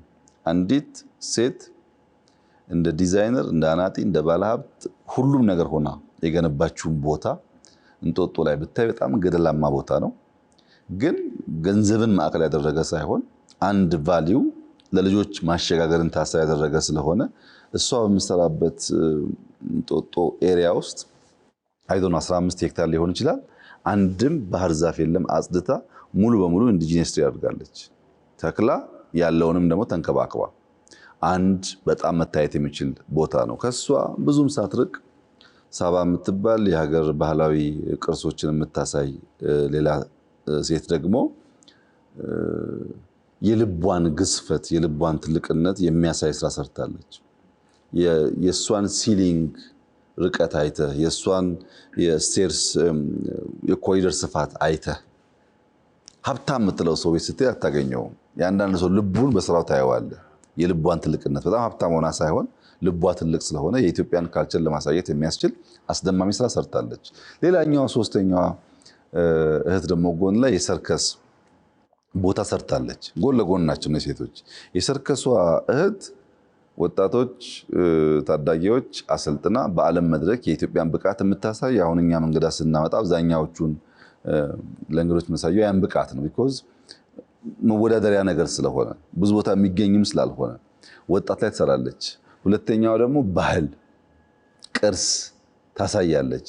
ሶስተኛዋ ደግሞ በጣም ብዙ ነገሮች በውስጡ ልጆችንም አዋቂዎችንም ያካተተ ነው የምትሰራው እና ሶስቱም ቦታ እንኳን ብትወስድ ከቅርስም ከታሪክም ከመዝናኛም አንጻር ቅድም ልክ ሆሊውድ እንዳልከው ሲሰናሰልና ሲሸጥ በጣም ከፍተኛ ፋይዳ ያለው ነገር ነው። እንደዚህ ያለውን ነገር በእግር እየሄድክ እንደዚህ ያለውን ነገር ቅርስ እያየ በምትሄድበት ሰዓት በአካልም በአእምሮም እንደገና በአርበኝነት ስሜትም እንድታድግ ያደርጋል። ሙሉ ጤነኛ ትሆናለህ። አንዳንዴ ሰው ፊዚካሊ ጤነኛ ሆኖ አእምሮ ጤነኛ ካልሆነ ኮሪደርን የሚያክል ተአምራዊ ስራ ብልጭልጭ ይላል። ይሄ የአእምሮ በሽታ እኮ ነው። በአካሉ ጠንካራ ሊሆን ይችላል ወይ ደግሞ አካሉ አእምሮ ጠንካራ ሆኖ ታሪኩን በወጉ ባለማወቁ በሀገር ውስጥ ያሉ ቅርሶች ባለማወቁ ስለ ሀገሩ ያለው ክብርና ፍቅር ያነሰ ይሆናል። በተሟላ መንገድ ሰዎች ጤናማ ሆነው እንዲያድጉ በእጅጉ የሚያግዝ ስራ ነው መውሰድ ይቻላል። እሺ ኢትዮጵያ እንግዲህ ባለፉት ጥቂት ዓመታት ወደፊት ከተራመደችባቸው መስኮች መካከል አንደኛው ትልቁ ዲጂታል ቴክኖሎጂ ነው ማለት እንችላለን። እስቲ ዲጂታል ቴክኖሎጂ ላይ ምን አይነት ስራዎች እየተሰሩ ነው? ምንስ ግብ ይዘው ነው እየተሰሩ ያሉት? የዲጂታል ቴክኖሎጂ በራሱ ከዋና ዋና 5 ግቦቻችን አንደኛው ግብ ነው። በሌላ መንገድ ደግሞ ሁሉም ግቦች የሚያስተሳስር ስርዓት ነው። የዲጂታል ኢንፍራስትራክቸር ያደገባቸው ሀገራት ትምህርት ሊሰፋ አይችልም፣ ጤና ሊሻሻል አይችልም፣ ግብርና ወደ ማርኬት ሊወጣ አይችልም፣ ኢንዱስትሪ ሊያድግ አይችልም። እድገት የሚባለው ነገር ቴክኖሎጂ ከሌለ የተሟላ አይሆንም። ምክንያቱም ማንኛውም ነገር የሚለካው በምርት ብቻ ሳይሆን በምርቱ ብዛት ነው። ፕሮዳክቲቪቲ ማደግ 1 ሄክታር ላይ 10 ኩንታል ማምረትና 1 ሄክታር ላይ 100 ማምረት ይለያያል። አንድ ፋብሪካ ውስጥ በአንድ ሺፍት 100 ሸሚዝ ማምረትና በ3 ሺፍት በርከት ያለው ማምረት ያንኑ ኢንቨስትመንት መልቲፕላይ ያደርገዋል። ይሄን ሁሉ የሚያሳልጠው ቴክኖሎጂ ነው። በእኛ ሁኔታ ለምሳሌ ዛሬ 4-5 ዓመት ገደማ 4G የሚባል ነገር አናቅም። አሁን ግን ከ1000 በላይ ከተሞች 4G ያላቸው ቴሌኮም ኢንፍራስትራክቸር አላቸው። ዴታ ባገኙ ቁጥር በዛ ይማራሉ፣ በዛ ጤናቸውን በቨርቹዋሊ መታከም ይችላሉ፣ በዛ ስራ ማግኘት ይችላሉ። የቨርቹዋል ጆብ እየተስፋፋ ነው ያለው። ብዙ ነገር ነው የሚነካካው ቴክኖሎጂው፣ በውትድርናውም፣ በጤናውም፣ በትምህርቱም፣ በአኗኗር ዘዬውም፣ በትራንስፖርቱም። በእኛ ሁኔታ አዲስ ነገር ሲመጣ እንደሚገባን ስለማናምን ለሌሎች እንደሚገባ እናምንና ካለፈ በኋላ በቁጭት እንንገበገባለን። ያን ያስቀራል።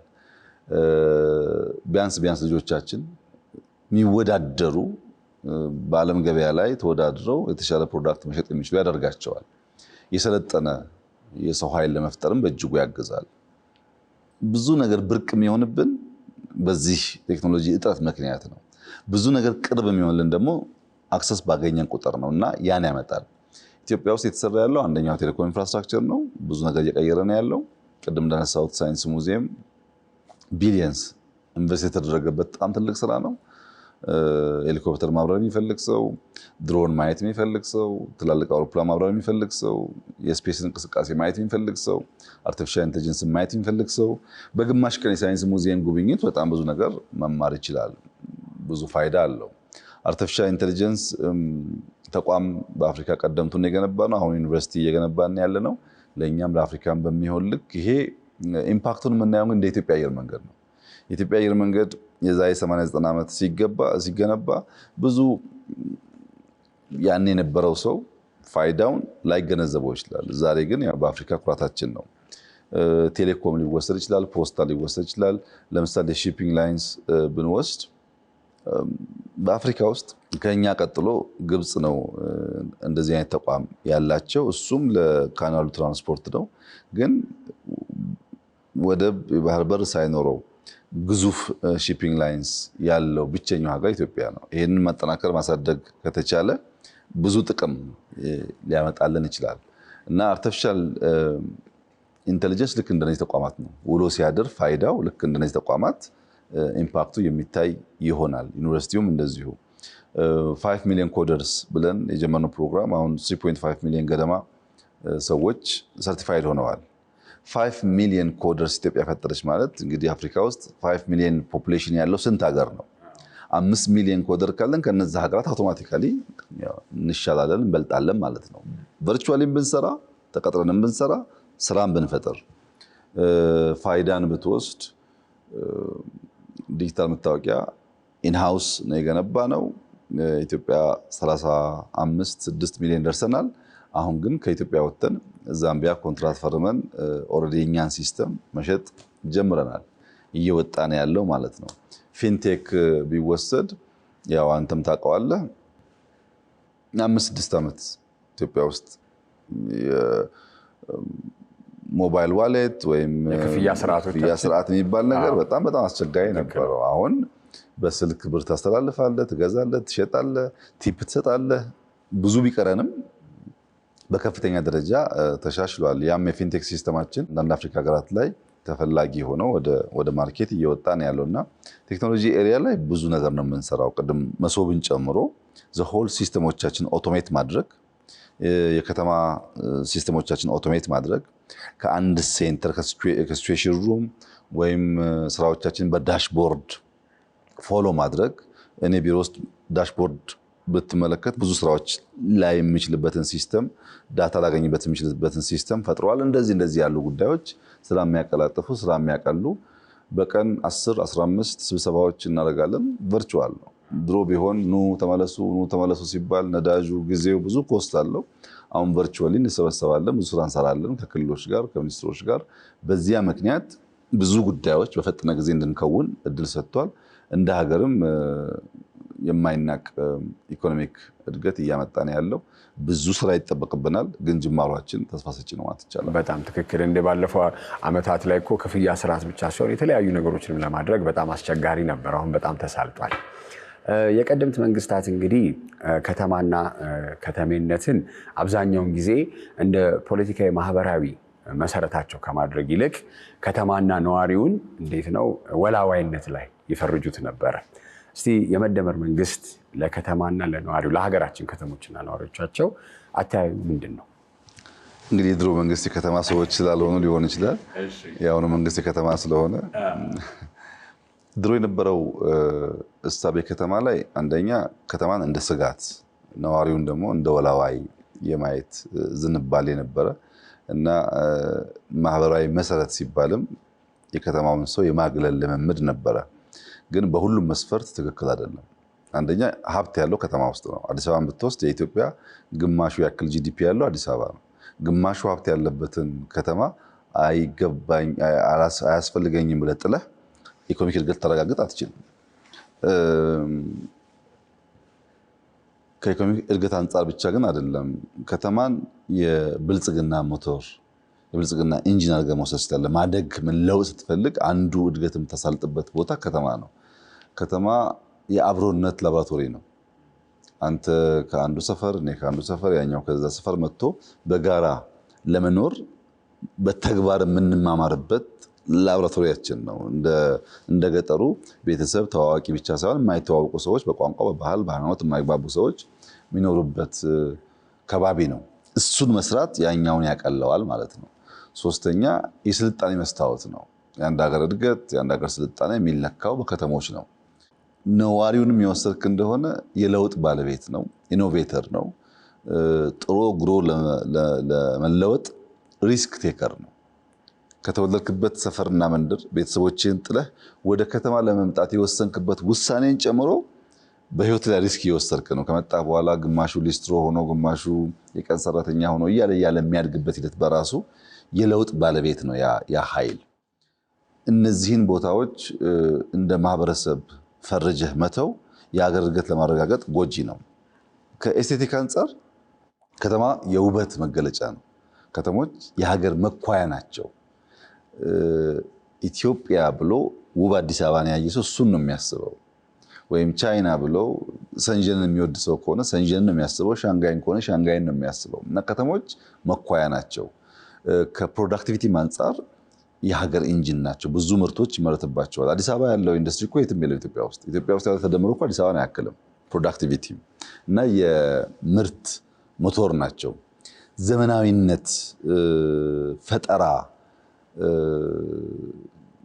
ለውጥ፣ ቅልጥፍና የሚታይባቸው ናቸው። ለዚህም የሀገር እጅና አእምሮ ናቸው ይባላል። እጅና አእምሮ ማለት ያው ሃንድ ኤንድ ሄድ የሚባለው ማለት ነው። እና ምርት የሚገኝበት ፈጠራ የሚካሄድበትን ቦታ ብዙ ማህበረሰብ ተሰባስቦ የሚኖርበትን ቦታ አያስፈልገኝም ካልክ ሀገር የብዙ ቋንቋ፣ የብዙ ባህል፣ የብዙ ፍላጎት ስብስብ ስለሆነች ይሄኛውን ሚኒ ሀገር በዚያ መንገድ መስራት ካልቻክ ትልቁን ሀገር መስራት ትቸገራለህ።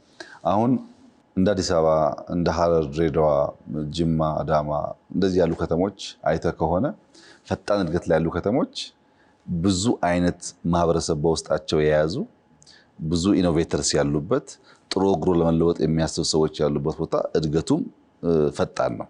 ይሄ የሚያመላክተው እንደዚህ አይነት ልምምድ ጠቃሚ እንጂ ጎጂ እንዳልሆነ ኢንክሉሲቭ መሆን የተለየ ባህል የተለየ ልምምድ ያለውን ሰው አቅፈን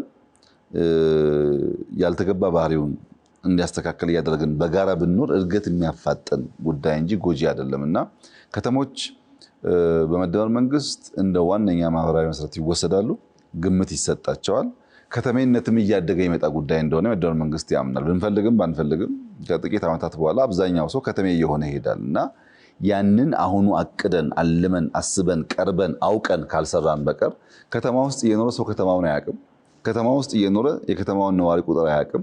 ከተማ ውስጥ እየኖረ ምን እንዳለ እንደሌለ አያውቅም። እንደዚህ በሚሆንበት ሰዓት አጠቃላይ እድገት ለማረጋገጥ አስቸጋሪ ስለሆነ አዲስ አበባ፣ ሐዋሳ ወይም ሐረር፣ ድሬዳዋ፣ ባህር ዳር እንደ መፈተኛ ናቸው፣ እንደ ቻሌንጅ የምንወስድባቸው ኤሪያ ናቸው እንጂ እንደ ሰከንደሪስ የሚታዩ አይደሉም። አይ ቲንክ በዚያም ምክንያት በእድገታችንም በከተሞቻችንም ለውጥ እያየን ያለን ይመስለኛል። እሺ፣ አመሰግናለሁ። ከተማና ከተሜነትን ደግሞ እስቲ ምናምን ናቸው? የእኛስ ደግሞ የሀገራችን የክትመት መርሆቹ ምንድናቸው? ምንስ ዓላማን ለማሳካት ነው እየተሰራ ያለው? ወደ የኛ ሀገር ከተሞች አብዛኛዎቹ የጦር ካምፖች ናቸው። በውጊያ ጊዜ ሰዎች ሄደው መንደር ሆነው የተፈጠሩትና ታስቦ ከተማ ይሁን ተብሎ አይደለም። በብዙ ምክንያት ማስተር ፕላናቸው በግልጽ የማይታይ ማስተር ፕላን ካላቸው የማይተገበር ከተሞቹ የሚያስተዳድሩ ሰዎች ከተሞቹን በደንብ የማያውቁበት ሁኔታ የነበረው ክትመት በእቅድ ካልተመራ፣ ክትመት በእውቀት ካልተመራ፣ ክትመት ነገን እያየን ካልመራ ነው ጥፋት ሊሆን ይችላል። ውሃው ይበላሻል፣ ዛፍ ይጨፈጨፋል፣ የበሽታ የሌብነት ምናምን መጠራቀሚያ ሊሆን ይችላል እና እቅድ ያስፈልገዋል። ከተሞች የእድገት ሞቶር ናቸው ሲባል የት ጋ ኢንዱስትሪ መቀመጥ አለበት፣ የት ጋ ትምህርት ቤት መቀመጥ አለበት፣ የት ጋ ፓርክ መኖር አለበት፣ የት ጋ መኖሪያ ሰፈር መሆን አለበት ሚሉን ካላወቅን ከተቀላቀለ ተመልሶ የተበላሸ ነገር ነው የሚፈጥረው። ለሰርቪስ ምቹ መሆን አንተ ቤተሰብ ኖሮ ልጆችን ትምህርት ቤት ለመውሰድ 5 ኪሎ ሜትር የምትጓዝ ከሆነ እኔ 3 የምጓዝ ከሆነ አንደኛው ጓደኛችን 1 የሚጓዝ ከሆነ በዚህ ምክንያት ብቻ በእኛ በቀን የኑሮ ዘይቤና ፕሮዳክቲቪቲ ላይ ኢምፓክት አለው። ረጅም ጊዜ የሚጓዙ ረጅም ጊዜ የሚወስድባቸው ሰዎች በሌላ ጉዳይ ይጎዳሉ ማለት ነው። እቅድ አልቦ የሆኑ ከተሞች ለብዙ አደጋ፣ ለእሳት አደጋ፣ ለጎርፍ፣ ለጥፋት የተጋለጡ ናቸው። በብዙ አፍሪካ ሀገር ይታወቃል። በእኛም ሀገር ያ ችግር አለ ነበረ እና በዚህ ምክንያት ታቀደው ይሄ ቦታ ግሪን መሆን አለበት፣ ይሄ ቦታ ፓርክ መሆን አለበት፣ ይሄ ቦታ የመኖሪያ ቦታ መሆን አለበት ተብሎ መሰራት አለባቸው። ለምሳሌ አዲስ አበባን የሚያክል ከ5 ሚሊዮን በላይ ሰው የሚኖርበት ከተማ ዘመናዊ ሾፒንግ ሞል አልነበረውም ትናንትና። ይሄ የእቅድ ችግር እንጂ ቦታ ችግር አይደለም። አሁን ወደ 10 ገደማ የተገነቡ ነው። ቢያንስ አምስቶቹ ለምሳሌ አራዳ ሞል የሚባለው ፒያሳ ላይ የሚገነባው፣ መሐመድያ የሚባለው ሳር ቤት የሚገነባው፣ የኤግል ሄልስ ለጋር የሚገነባው፣ ጫካ የሚገነባው፣ ፒኮክ የሚገነባውን ብንወስድ በፈለግነው ስታንዳርድ የትም ዓለም የምናውቃቸውን አይነት ደረጃቸውን የጠበቁ በሳይዛቸውም በጥራታቸውም በምንም መስፈርት የማያሳፍሩ ሞሎች ናቸው። እነዚህ ለከተማ ያስፈልጋሉ። እነዚህም ፍለጋ ሰው ኬንያ ይሄዳል፣ ዱባይ ይሄዳል። እነዚህም ፍለጋ የሚፈልግ ሴግመንት ሶሳይቲ ስላለ ማለት ነው። ይሄን አቅደህ መስራት ይፈልጋል ከተማ ውስጥ። እንደዚያ ካልሆነ በስተቀር ክትመት በዘፈቀደ የሚመራ ከሆነ ብዙ ሰው ስላለ ብዙ ጥፋት፣ ብዙ ቆሻሻ፣ ብዙ ያልተገባ ነገር ይፈጠርና ለመኖር የማይመች የታወከ ሰፈር ይሆናል። ያን ለማስቀረት የከተሞችና ክትመትን በእቅድ በፕላን መምራት በእጅጉ አስፈላጊ ነው ማለት ይቻላል። እሺ፣ እንግዲህ የከተሞችን የኮሪዶር ልማት ስናነሳ ጎን ለጎን የሚነሳ አንድ ጽንሰ ሀሳብ አለ። እሱም የገጠር ኮሪዶር ነው። ለመሆኑ የገጠር ኮሪዶር ማለት ምን ማለት ነው? ደሞስ ከክትመት ጽንሰ ሀሳብ ጋር ሳይቃረን? ከክትመት ሀሳብ ጋር በጣም የተሳሰራል። እንዲያውም የገጠር ኮሪደር ማለት በከተማ የዜጎቻችን ኑሮ ዘዬ እናሻሽል፣ ላይፋቸውን ኢዚ እናርግ እንዳልነው ገጠርም እንደዚሁ ማለት ነው። በገጠር የሄድክ እንደሆነ አርሶ አደሩ ምንም ቢያመርት አንድ ሳሎን ስላለው ከብቶች ከሰው ጋር አብረው ይኖራሉ፣ ልጆች ከቤተሰብ ጋር አብረው ይኖራሉ። የአኗኗር ዘዬው በጣም ምቹ አይደለም። በዚያም ምክንያት በተለይ ልጆች ታዳጊ ልጆች ገጠሩን እየሸሹ ወደ ከተማ ይሄዳሉ። ወደፊት ይሄ ጉዳይ የሚቀጥል ከሆነ እርሻ የሚባል ነገር እየተጎዳ ይሄዳል። የገጠሩ ከባቢ ወራሽ ባለቤት እያጣ ይሄዳል። አሁን ያሉት እያረጁ ሲሄዱ ልጆች ከሸሹ ማለት ነው። ኑሮ እዛ እንዲመች ማድረግ ካልቻል ሰው ባለበት እንዲቆይ ማድረግ አንችልም። ለዚህ አንደኛው የአኗኗር ዘዬ በሶላር ኢነርጂ ወይም በኦፍ ግሪድ መብራት እንዲያገኙ ማድረግ ነው። ከቆሻሻዎቻቸውና ከተረፈ ምርቶቻቸው በባዮጋዝ ኢነርጂ እንዲጠቀሙና እናቶች በጭስ እንዳይገላቱ ዛፍ እንዳይቆርጡ ማድረግ ነው። በጓሯቸው ሌማት፣ በጓሯቸው የሚታለብ ከብት፣ በጓሯቸው የጓሮ አትክልት ኖሮ ምግብ አሳሳቢ ጉዳይ እንዳይሆንባቸው ማድረግ ነው። አካባቢያቸውን ንጹህ ማድረግ፣ ጤናቸውን መጠበቅ ነው። ሲሰበሰቡ ደግሞ የተሰበሰቡ ሲሄዱ ትምህርት ቤት፣ ኪነጋርደን፣ ጤና ጣቢያ እያልን ከተማ ላይ የሚያገኙት ሰርቪስ ማቅረብ ነው። በቴሌኮም፣ በመብራት፣ በሁሉም መስክ ማለት ነው። ይህ የሆነ ሲሄድ ሰዎች ሰፈራቸውን ለቀው ወደ ሌላ አካባቢ አይሄዱም። ለኑሮ ምቹ ያልሆነ አካባቢ ከተፈጠረ ግን ሰው መሸሹ አይቀርም።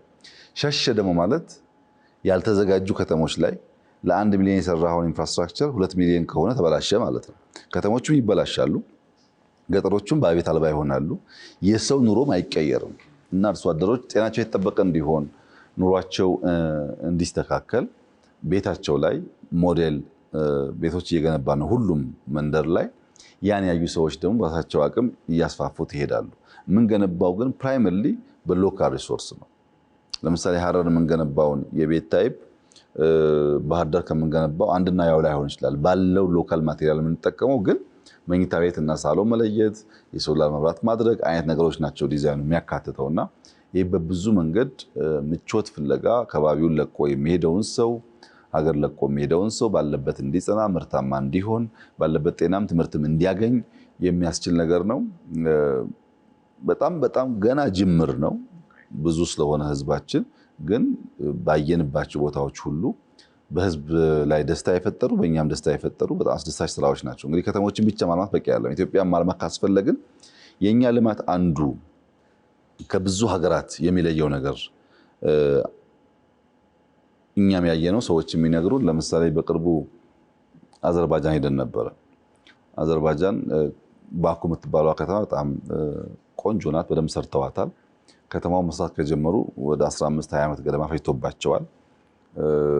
አሁንም እየሰሩ ነው ያሉት። ምንድነው የኛ ከነሱ የሚለየው ያልከኝ እንደሆነ አንደኛው ስኬል ነው፣ ሁለተኛው ፍጥነት። በጥቂት ዓመታት ውስጥ ይሄንባቸው ፍጥነቶችና ስኬል ማለት አዲስ አበባ ላይ የምታየውን የኮሪደር ስራ ልማት ባህር ዳር ልታይ፣ ጅማ ልታይ ትችላለህ፣ ድሬዳዋ ልታይ ትችላለህ። እዚህ የቀረ ነገር አይደለም። ብዙ ከተሞች ላይ ባላቸው አቅም ልክ እና ባላቸው የተፈጥሮ ሀብት ልክ እየተንቀሳቀሱ ነው ያሉት። ይሄ ስኬልና ፍጥነቱ 10 ዓመት ከቀጠለ በብዙ መልኩ የኢትዮጵያን መልክ ይቀይራል። በስኬልና ፍጥነት ከፍተኛ አድቫንቴጅ ወይም የተሻለ ውጤት እኛ እንዳለን አይተናል። የሚቀሩ ነገሮች ደግሞ አሉ። ከነሱ ያየነው የሚቀሩ የምናስተካክላቸው ጉዳዮች ደግሞ አሉ። ያ አብሮ ተሰናስሎ ሲሄድ የምናስበውን ክትመት በከተማ እንደገና ደግሞ በገጠር የምናስበውን የኑሮ ዘዬ ያመጣል። አሁን እዛ አንዱ ካየነው ነገር የገጠር ኮሪደር ኮንሰፕት አልነበራቸውም እና ከተማ ላይ የምታየውን ውበት ወጣ ስትል አታገኘው እና ያ እንደዛ አይነት ነገር ችግር አለበት። በግጥ ባኩ በጣም አነስተኛ ሰው የሚኖርበት ነው። ከአዲስ አበባ አንጻር የአዲስ አበባን ግማሽ ቢያክል ነው ፖፑሌሽኑ። ግን ስኬሉ እየሰፋ ካልሄድና ሰው ደግሞ ወደ ከተማ ከመጣ መልሶ እዛም ችግር ሊፈጥር እንደሚችል ነው ያየነውና ከገጠር በጣም ኢምፖርታንት ስራ ነው። እሺ፣ የፓሪስ ክላይሜት ስምምነት እንግዲህ ዓመታዊ ጭማሪ የዓለም ሙቀትን 2 ዲግሪ ሴንቲግሬድ እንደውም ከተቻለ 1.5 ዲግሪ ሴንቲግሬድ በታች ለማድረግ ነው እንግዲህ ያለመው። ኢትዮጵያም ይህንን ለማሳካት እንግዲህ የራሷን ስራ እየሰራች ነው።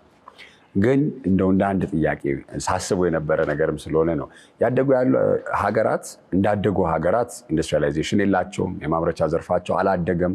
ግን እነዛ ደግሞ ምዕራባውያን የምንላቸው በጣም ያደገ ኢኮኖሚ ምጣኔ ሀብት ያላቸው በርካታ ኢንዱስትሪዎች አሏቸው። እስቲ ሁለቱንም ሀገራት ወይም በሁለቱ ደረጃ ላይ ያሉ ሀገራትን እኩል የሆነ መስፈርት ወይም እኩል የሆነ ግብ ማስቀመጥ ሚዛናዊ ነው ብሎ ያስባሉ?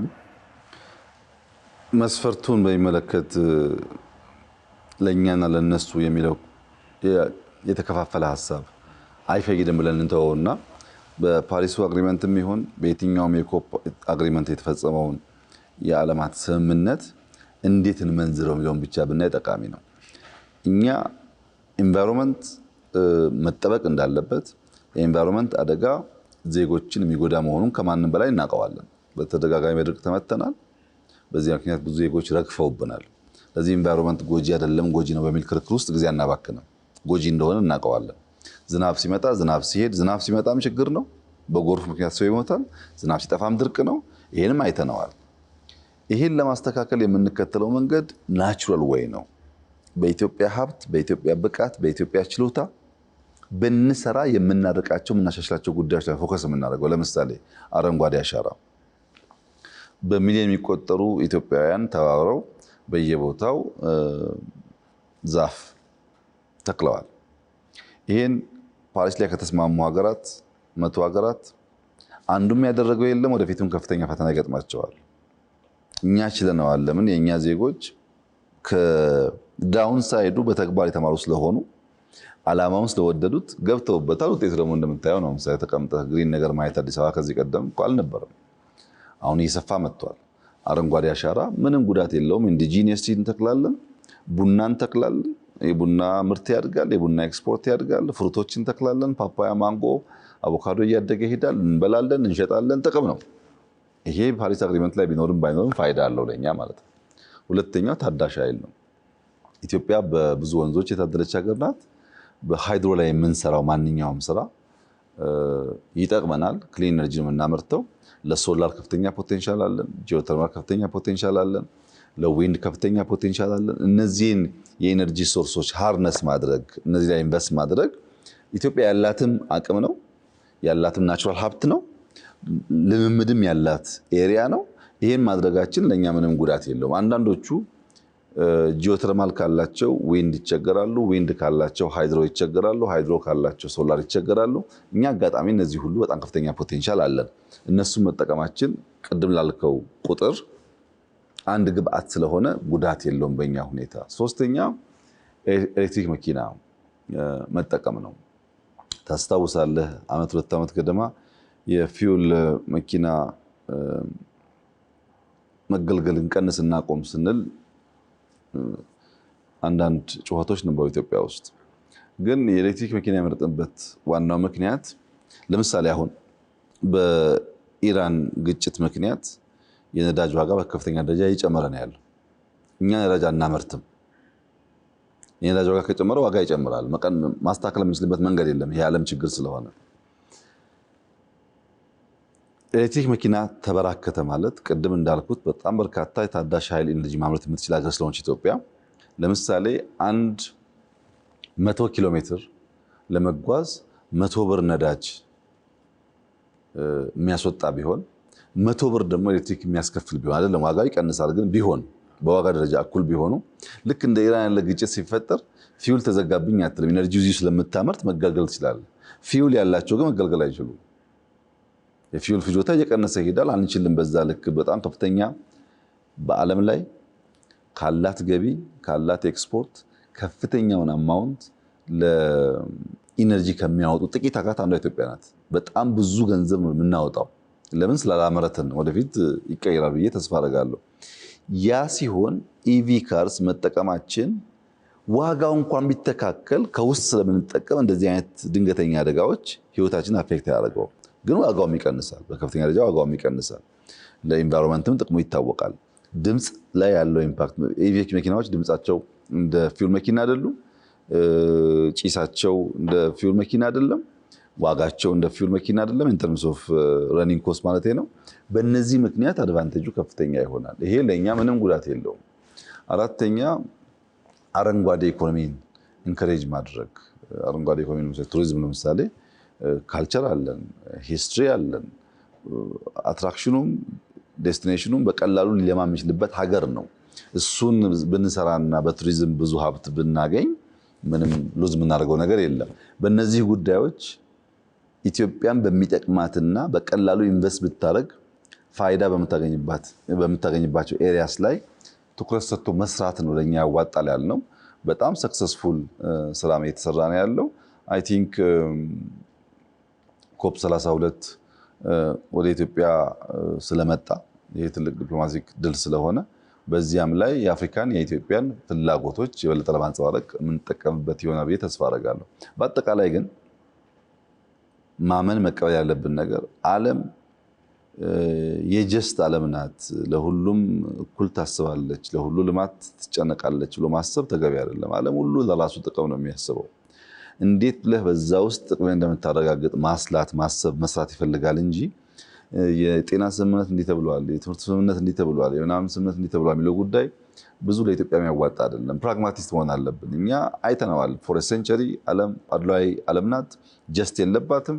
ብዙ ኪሳራ ደርሶብናል። ያ እንዳይቀጥል ከፈለግን በምንችለውና ውጤታማ በምንሆንበት መስክ ላይ በፎከስ በትኩረት መስራት ነው የሚያዋጣ ብሎ ማመን ነው እንጂ ሌላውን እንደ ሪፈረንስ እየወሰዱ ቁጭ ብሎ ማየት ጠቃሚ አይመስለኝም። እሺ፣ ቅድም ላይ እንግዲህ የኮሪዶር ልማት ፋይዳና አበርክቶ ሲያስረዱኝ ያሉት ነገር አለ የቱሪዝም ላይ በተለይ አዲስ አበባ ላይ የተሰራው የኮሪዶር ልማት በርካታ ታዋቂ ሰዎች እንበል ዲፕሎማቶች፣ ተጽዕኖ ፈጣሪዎች መጥተው ባደረጉት ጉብኝት አዲስ አበባ በሌላ አይነት ምልከታ እንድትታይም አድርጓል። አንደኛ እስቲ በሊዥር የምንለው ወይንም በመዝናኛ የሚመጡ ቱሪስቶች ላይ ምን አይነት ተጽዕኖ ያሳድራል? ከዛም ደግሞ ጎን ለጎን ለቢዝነስ ወይም ለንግድ ስራ ደግሞ የሚያስቡ ኢንቨስተሮች የምንባላቸው የውጭ ባለሀብቶች ወደ ኢትዮጵያ እንዲመጡ ምን አይነት ተጽዕኖ ይኖረዋል? ቱሪዝም በሰርቪስ ኢንዱስትሪው በጣም ብዙ ሀብት የሚገኝበት ስራ የሚፈጥር መስክ ነው። ኢትዮጵያ ደግሞ ለዛ የታደለች ሀገር ናት። ያንን በበቂ ደረጃ ሃርነስ ለማድረግ ጅምር ስራዎች አሉን። ብዙ ስራ ይጠበቅብናል። የብዙ ነገሮች ድምር ውጤት ስለሆነ የኮሪደር ልማት ብቻውን በቂ አይደለም። የትራንስፖርት ስርዓቶቻችን፣ ሬንታል ካርስ የምናቀርብበት መንገድ፣ የሆቴል ሰርቪሶች፣ አጠቃላይ ሰርቪስ ለአንድ ሰው መጥቶ አንድ ቀን፣ ሁለት ቀን፣ ሶስት ቀን ለማደር ከፍተኛ ሚና አላቸው። ነገር ግን የቱሪዝም መዳረሻዎች ለምሳሌ ጎንደርን ብትወስድ ፋሲል ነበረ፣ ድሮም ነበረ። ግን ፋሲልን ያደስንበት ተጨማሪ ሆቴል እየገነባን ያለንበት መንገድ፣ የመገጭ ግድብ በሚያልቅበት ሰዓት አርቲፊሻል ሌክ የሚፈጥረው ቫይብ፣ ከኤርፖርት ጀምሮ እስከ ፒያሳ የተሰራው ስራ፣ ከኤርፖርት ወደ ጎርጎራ በመሄድ ጎርጎራ ላይ ማረፍ መቻሉ፣ ከጎንደር ወደ ሰሜን ተራሮች ለመሄድ ያለው አክሰሲቢሊቲ፣ ማንም ሰው አንተም ብትሆን ገንዘብ አጠራቅመህ ጎንደርን አንድ ቀን አይተህ ጎርጎራን አንድ ቀን አይተህ ባህር ዳርን አይተህ ብትመለስ ኪሳራ ሊሆን አይችልም። ታሪክ በጣም የሚያምር መልክዓ ምድር ብዙ ነገር ይታይበታል። ኦር ባሌ ብትሄድ አስደናቂ ነገር ብዙ ቦታ ሄደህ የማታገኛቸው ነገሮች ታገኛለህ። እነዚህ ቦታ ለመሄድ ግን ኤርፖርት አልነበረም፣ መንገድ አልነበረም፣ ማረፊያ ቦታ አልነበረም። እነዚህ መገንባት ስራ እየተሰራ ነው ያለው። በበቂ ባይባልም እየተሰራ ነው ያለው። እነዚህ በሚሆኑበት ሰዓት ብዙ ሰዎች ለመዝናናት፣ እረፍት ለመውሰድ፣ ለመጻፍ፣ ለማንበብ፣ ሴሚናር ለማድረግ ወደ ኢትዮጵያ ለመምጣት የሚመርጡበት ሁኔታ ይፈጠራል። እኔ ከዚህ ቀደም ትክክለኛው ስሜቴ የትም ሀገር ሲሄድ በጣም ቅናትና ብስጭት ነው የሚሰማኝ። ለምንድን ነው ለእኛም እንደዛ ማንሆነው የሚል ረዥም ዓመታት በዚህ በሽታ የተጠቃው ሰው ነበርኩ። በሄድኩበት መቼ ነው የምንደርሰው የሚል ነገር የሚያንገበግበኝ አይነት ሰው ነኝ። ወጣለው፣ አያለው፣ የተሰሩ ስራዎች ጠይቃለው። ባየው ቁጥር ግን ህመም ነው። ለምንድን ነው ይሄ የማይሆነው ኢትዮጵያ ውስጥ? ለምን አልቻልንም የሚለው ጉዳይ ያመኛል። ዛሬ ለማጋነን ሳይሆን እኔ እዛ ስታተስ ላይ አይደለሁም ያለሁት። በዚህ እኛ እንሻላለን፣ በዛኛው ግን ይቀረናል፣ ለካ እኛ ጋር እንትን ይጎላል አይነት የንጽጽር በአንዳንዱ እንሻላለን፣ በአንዳንዱ ይቀረናል እያልኩ የማስብበት ክፍተት የምለይበት እንጂ ኮምፕሊትሊ ቀረው ብዬ የማስብበት ሁኔታ አይደለም። ሶስተኛ ሰው ድሮ ልምጣ ሲል ይጨንቀሃል። ልምጣ ኢትዮጵያ ቤተሰብ ይዤ ልምጣ ሲል የት ነው የምወስደው የሚለው ጉዳይ በጣም ነው የሚጨንቀው። በግለሰብ ደረጃ ይሻላል፣ እንደ ሀገር ደግሞ ይጨንቃል።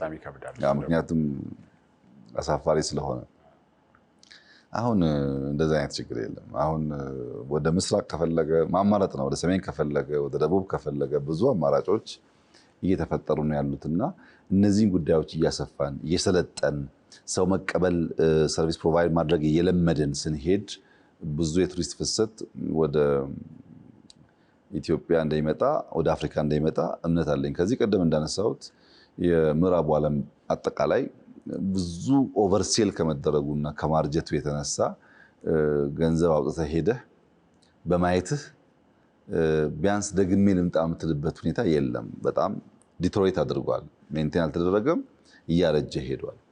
አፍሪካ ውስጥ ደግሞ ያሉ ፖቴንሻሎች አልለሙም። መካከለኛው ምስራቅ እና ኤዥያ በጣም ተስፋ ሰጪ እንቅስቃሴ ነበራቸው ባለፉት ዓመታት። አሁን እያየን ያለነው ምልክት ደግሞ የነዚህን ገበያ ይሻማል እና አፍሪካ ፈጥና ለቱሪስት የሚመቹ አካባቢዎች ከሰራች ብዙ ማርኬት ትሻማለች። ኢትዮጵያን ብቻ ከወሰድን ግን ባለፉት 6-7 ወራት እኮ በመቶ የሚቆጠር ኢንተርናሽናል ሰሚቶች ተካሂደዋል አዲስ አበባ ውስጥ። በጣም ብዙ ሰሚቶች አሉ። የአየር ጸባዩ ይመቻል። ኢትዮጵያውያን የሚቀረን ነገር ቢኖርም ፍሬንድሊ ነን፣ ለሰው ብዙ ክፉ አይደለንም። ሰርቪስ ላይ ከኤርፖርት ጀምሮ ኮንሸስ ሆኖ ስቀን ሰላም ብለን ማስተናገድ ይቀረናል። መኮሳተር እንደ ቆፍጠን የሚለው አመለካከት ስለሆነ እሱ የሚያመጣው ችግር አለ። እሱ ሚዲያውም እየሰራ ይቀየራሉ ተስፋ አደርጋለሁ። አንድ ሰው ግን ሲገባ ኤርፖርት ላይ ዲስአፖይንትድ ከሆነ፣ ታክሲ ላይ ዲስአፖይንትድ ከሆነ፣ ሆቴል ዲስአፖይንትድ ከሆነ ሲደመር ቆይታውን ያበላሸዋል። አንዳንድ ታክሲ ሾፌሮች ደግሞ በምሰማው ሪፖርት መሰረት የሚያሳዝኑ ታክሲ ሾፌሮች አሉ። ኤርፖርት ተቀምጠው ቱሪስት እየጠበቁ የመጣውን ቱሪስት ግን ይሄ ሀገር አይረባም፣ ይሄ ሀገር ችግር ነው፣ ይሄ ሀገር ምናምን ነው እያሉ ሀገራቸውን ላላቸው የፖለቲካል ስሜት ኔጌቲቭ ሊሸጡና ያ ሰውዬ መውጣት እንዲፈራ መሄድ እንዲፈራ ተመልሶ መምጣትን ትክክል እንደሆነ ያስቡና የራሳቸውን እንጀራ የራሳቸውን ገበያ ይዘጋሉ። ይሄ የእውቀት ጉዳይ ነው። የት ጋ የምትቃወመው የት ጋ ነው ሀገርህን በትክክል የምትገልጠው የሚለው ጉዳይ የእውቀት ጉዳይ ነው። አንዳንድም የተለያዩ ተቋማት ውስጥ የሚሰሩ ሰዎችም ስትወስዳቸው እንደዚህ አይነት በሽታ አለባቸው። የራሳቸውን ነገር እያስተካከሉ ግን ሀገር ማጠልሸት የፖለቲካል ግብ አድርጎ የሚያስቡ የቤት ጉዳይ ቤት ነው የሚለውን ነገር የሚረሱ የቤት ጉዳይ መሆኑ ብቻ ሳይሆን መነገር ያለበት ጉዳይ ካለ ይነገር፣ ችግር የለውም። ግን በማታውቀው ጉዳይ ኤክሴሲቭሊ መናገር አሁን ከዚህ ጅማ መሄድ እኮ አይቻልም ይላል። ጅማ የምድር ገነት እኮ ናት። በጣም ውብ ሀገር ነው እና ሰው የሚናገረው ነገር አውቆታል የሚናገረው። እንደዛ በሚሆንበት ሰዓት ሲሰናሰል ሲደመር ገበያውን ይጎዳዋል። ይሄ ግን የእውቀት ጉዳይ ነው። በዛ የምናገኘው ጉዳይ በቱሪስት የምናገኘው ኢንካም በቀጥታም በተዘዋዋሪ እንደሚጠቅመን እንደሚፈይደን እያወቅን ስንሄድ፣ በኢንቨስትመንት የምናገኘው ነገር እንደሚፈይደን እያወቅን ስንሄድ በእርግጠኝነት ትልቅ ተስፋ ያለው ሀገር ነው ኢትዮጵያ። አሁንም እያደገ ነው። ከአምናው ዘንድሮ በጣም አድጓል። በሚቀጥለው ዓመት ለኮፕ የምናደርገው ዝግጅት በጣም ብዙ ስራ ስለሚጨምር አዲስ አበባ የዛሬ 2 ዓመት 3 ዓመት አካባቢ በከፍተኛ ደረጃ ትለወጣለች። በጣም ብዙ ዶቶች ያልተገናኙትን ስናገናኝ ውብ ከተማ ትሆናለች። እሱ ደግሞ ብዙ ገበያ፣ ብዙ ሊመለከተን የሚሻ ሰው ይስባል። ከመጣ በኋላ አድዋ ቢሄድ ታሪካችን ይደንቀዋል። ፓላስ ቢሄድ ታሪካችን ይደንቀዋል። እንጦጦ ቢሄድ ፓርኮቻችን ይደንቁታል። በየሄደበት ቦታ ታይቶ የማይጠገቡ ጉዳዮች ስላሉ በቆይታው እንደ ሮንግ ኢንቨስትመንት አይወስደውም። ትክክለኛ ቦታ መጣው እንደሚል ጥርጥር የለውም። ይሄኛው እንግዲህ የመዝናኛ ጎብኚዎች ላይ ነው። ወደ ቢዝነሱ ወይም ወደ ንግድ ባለሀብቶች ሲጎበኙ ደግሞ ያለው ነገር ላይ እስቲ በግብር አንጻር ወይ ኢዝ ኦፍ ዱይንግ ቢዝነስ የሚባለው ቀለል ያለ የግብይት ስርዓትን ከመፍጠር አንጻር ምን አይነት ስራዎች ይሰራሉ? ቀጥተኛ የሆነ የውጭ ኢንቨስትመንትን በደንብ ለማምጣት ከዚህ ቀደም የነበረው የኢትዮጵያ አጠቃላይ የቢዝነስ ኢንቫይሮንመንት ለውጭ ሰዎች የራሱ ችግር አለበት። የባንክ ሲስተማችን ሪፎርም አልተደረገም። የቴሌኮም ሲስተማችን ሪፎርም አልተደረገም። የላንድ ማኔጅመንት ሲስተማችን ሪፎርም አልተደረገም። ከኢዝ ኦፍ ዱይንግ ቢዝነስ ጋር ከላይሰንስ ከገቢ ከምናምን ጋር ኢሹስ ነበሩ። አሁንም ተጠቅልለው ጠፍተዋል ልልህ አልችልም። ግን ሪፎርሙ ሲግኒፊካንት የሆነ ለውጥ በጣም ሲግኒፊካንት ለውጥ አምጥተዋል። ቨርቹዋሊ ላይሰንስ ማውጣት፣ ቨርቹዋሊ ግብር መገበር፣ የሚፈለግብህን ነገር ለማወቅ የግድ ፊዚካሊ አለመገኘት፣ በርካታ ሰርቪሶች በመሶብ ማግኘት፣ እነዚህ ሁሉ ብዙ ነገር አሻሽለዋል። ማሻሻሉ ግን በንድፍ ብቻ ሳይሆን ፕራክቲካል የሚታይ ነው። ለምሳሌ እስከዛሬ 2 ዓመት እስከ አምና ምናምን ድረስ የኢትዮጵያ ኢንዱስትሪ ኤክስፖርት የሚባለውን ነገር ቢበዛ 250-300 ሚሊዮን ከዛ አያልፍም። የሁሉ ኢንዱስትሪ የሚለው ጉዳይ ተደምሮ አበባን አያክልም። ባይዞ የኢትዮጵያ ኢንዱስትሪ ኤክስፖርት ብዙ ጊዜ ጫትን አያክልም። ስም ነው የነበረው። ዋናውን ነገር የያዘው ቡና ነው፣ ግብርና ነው። የግብርና ዘርፉ ነው የበለጠ ያለው። አሁን ደግሞ ማይኒንጉ እየመጣ ነው። ግን ኢንዱስትሪውን በተግባር በፊገር ብንመለከት ታስታውሱ እንደሆን አላቅም፣ ግን ዝም ብለን ማግበስበስ ሳይሆን ሄድ ሃንት እናርግ፣ ትክክለኛ ኢንቨስተሮች እናምጣ፣ በትክክል ደግሞ እንደግፋቸውና ውጤታማ እናርጋቸው ብለን ነበር። ብዙ ሰው እኛ ጋር ይመጣው በአገሩ የማይፈለግ አይነት በእውቀቱም በገንዘቡም በምናምኑም የደካከመው ይመጣል፣ አሮጌ ፋብሪካ ያመጣል፣ ከዛ ይንገዳገዳል፣ የእኛንን ስም ያጠፋል፣ እሱም የሚፈልገውን አያገኝም። አሁን እንደዛ አይደለም። ቪየትናም ሄደን በሶላር ኢንዱስትሪ ላይ ሀንት ያገናቸው ጥቂት ሰዎች አሁን ወደ 5 የሶላር ሴል ማምረቻ ኢትዮጵያ ውስጥ በጣም አድቫንስድ የሆኑ ተሰርተዋል። ከፊሎቹ ስራ ጀምረዋል፣ ኤክስፖርት እያደረጉ ነው። በሚቀጥሉ ዓመት 2019 ማለት ነው በእኛ ከኢንዱስትሪ አይደለም ከሶላር ሴል ብቻ ወደ $1 ቢሊዮን ኤክስፖርት እናገኛለን። ሆል ኢንዱስትሪ ከነበረበት በብዙ እጥፍ ይበልጣል። ይሄ ግን በዋዛ አልመጣም። የኢንዱስትሪ ስትሪንግ ኮሚቴ ተቋቁሞ ኢትዮጵያ ታምረት ብለን መሬት ላይ ያለ ኢሹ ፈተን፣ ኤነርጂ ላይ ያለ ኢሹ ፈተን፣ በብዙ ሪፎርም ሰርተን አሁን ኢንዱስትሪ ሪስፖንድ ማድረግ እየጀመረ ነው።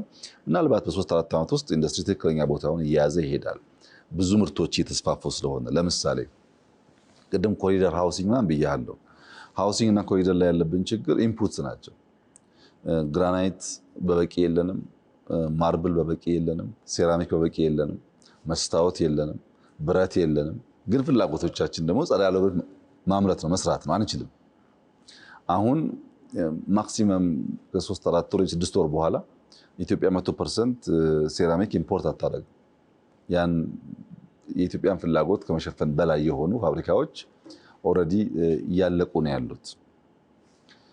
መስታወት ላጋ ነውና አንድ ዓመት ተኩል በኋላ 100% የኢትዮጵያን ፍላጎት በሁሉም አይነት ታይፕ ማለት መስታወት ሎካሊ እናመርታለን። ስለዚህ መስታወት አንሸከምም፣ ድንጋይ አንሸከምም። ግራናይት እና ማርብልም በጣም ብዙ የተጀማመሩ አሉ። ኳሊቲ ላይ ስራ ከሰራን ብረት ከኦሩ በስተቀር ከስክራፕ አግልጦ ይሄ የምታየውን መብራት፣ የምታየውን መኪና፣ የምታየውን ቦቴ ለመስራት ኢትዮጵያ ውስጥ ከፍተኛ አቅም ተገንብቷል። ችግሩ ኦር ነበር። ሪሰንትሊ እሱም ላይሰንስ ሰጥተናል። መስታወት ከኦር ብረት ከኦር ማምረት ከጀመር፣ ሴራሚክ፣ ግራናይት፣ ማርብል፣ ፖርስሊን በሀገር ውስጥ ማምረት ከጀመር አብዛኛው ለኮንስትራክሽን የምናመጣቸው ግብአቶች እዚሁ ይመለሳሉ ማለት ነው። እዚህ ደግሞ በደንብ ካሻሻልን በኋላ ወደሚቀጥለው ማርኬት እናወጣቸዋለን። በሁሉም ሴክተር ታያለ። ይሄ በሁሉም ሴክተር በኬሚካሉም በሚያስደንቅ ሁኔታ በጣም ትላልቅ ኢንዱስትሪዎች የተፈጠሩ ነው ያሉት። ግን ሪስፖንድ ለማድረግ የኢነርጂ፣ የፋይናንስ፣ የመሬት ብዙ ኢሹዎች ነበሩ የሚይዙ። አሁን አንዳንድ ፕራይቬት ኢንዱስትሪዎች በሎካል አቅም ባቡር ላይ ያስገባንላቸው እኮ አሉ። ባቡር እነሱ ኢንዱስትሪ ገብቶ ምርቶቻቸውን ጭኖ እንዲወጣ። ይሄ በጣም በከፍተኛ ደረጃ ከቲንኪንግ ጀምሮ ትልቅ ለውጥ ነው። ኢትዮጵያ እንደዛ ስላልነበረ ፍሪ ትሬድ ዞንስ የገነባናቸው ድሬዳዋ፣ እዚህ ሞጆ አካባቢ አሁን የሞጆ በቅርቡ የጀመርነው ከግማሽ $1 ቢሊዮን በላይ ኢንቨስትመንት ስቧል። ብዙዎች እየመጡ ነው ያሉት። ለምን ዋን ዊንዶው ሰርቪስ የሚባሉ ስለሚሰጥ በነዛ አካባቢዎች ኢንዱስትሪያል ፓርክ ላይ እና ፍሪ ትሬድ ዞን ላይ ብዙ ኢንቨስተርስ እየመጡ ነው ያሉት። በበቂ ደረጃ ሪስፖንድ እንዲያደርግ ግን አሁንም ስራ ያስፈልገናል። በላንድ፣ በሰርቪስ፣ በመናበብ አንዱ ጋር ደስ ብሏቸው አንዱ ጋር ስለሚከፋቸው በቂ ሪሶርስ ማቅረብ ላይ የስትሪንግ ኮሚቴው እያንዳንዱ ኢንዱስትሪ እየጎበኘ እነዛን ችግሮች እየፈታ ነው ያለው። በእኔ እምነት በሚቀጥሉት 2-3 ዓመታት በተሟላ መንገድ ኢንዱስትሪ ሪስፖንስ ሲያደርግ ሼሩን እያስተካከለ መሄድ ይመስለኛል። አሁን በጣም ተስፋ ሰጪ ጅማሮ ነው ያለው። የኢትዮጵያ ደግሞ አሁን የማምረቻ ዘርፍ ላይ እንግዲህ የሚሰሩ በርካታ ስራዎች አሉ። አብዛኛውን ጊዜ ሁሌ ሬቶሪኩ ወይም የኢትዮጵያ ታሪክ ግብርና ነው። ቅድምም እርሶም እያሉት ነበረ። ትልልቅ ኤክስፖርትም ላይ ወይ የውጭ ገበያ ላይ የሚቀርቡት የግብርና ምርቶቻችን ናቸው። አሁን ደግሞ የማምረቻ ዘርፋችንን በደንብ ለማሳደግ እስቲ በፖሊሲ አንጻርም ኢንቨስተሮችንም ከማገዝ አንጻር ምን አይነት ስራዎች ይሰራሉ?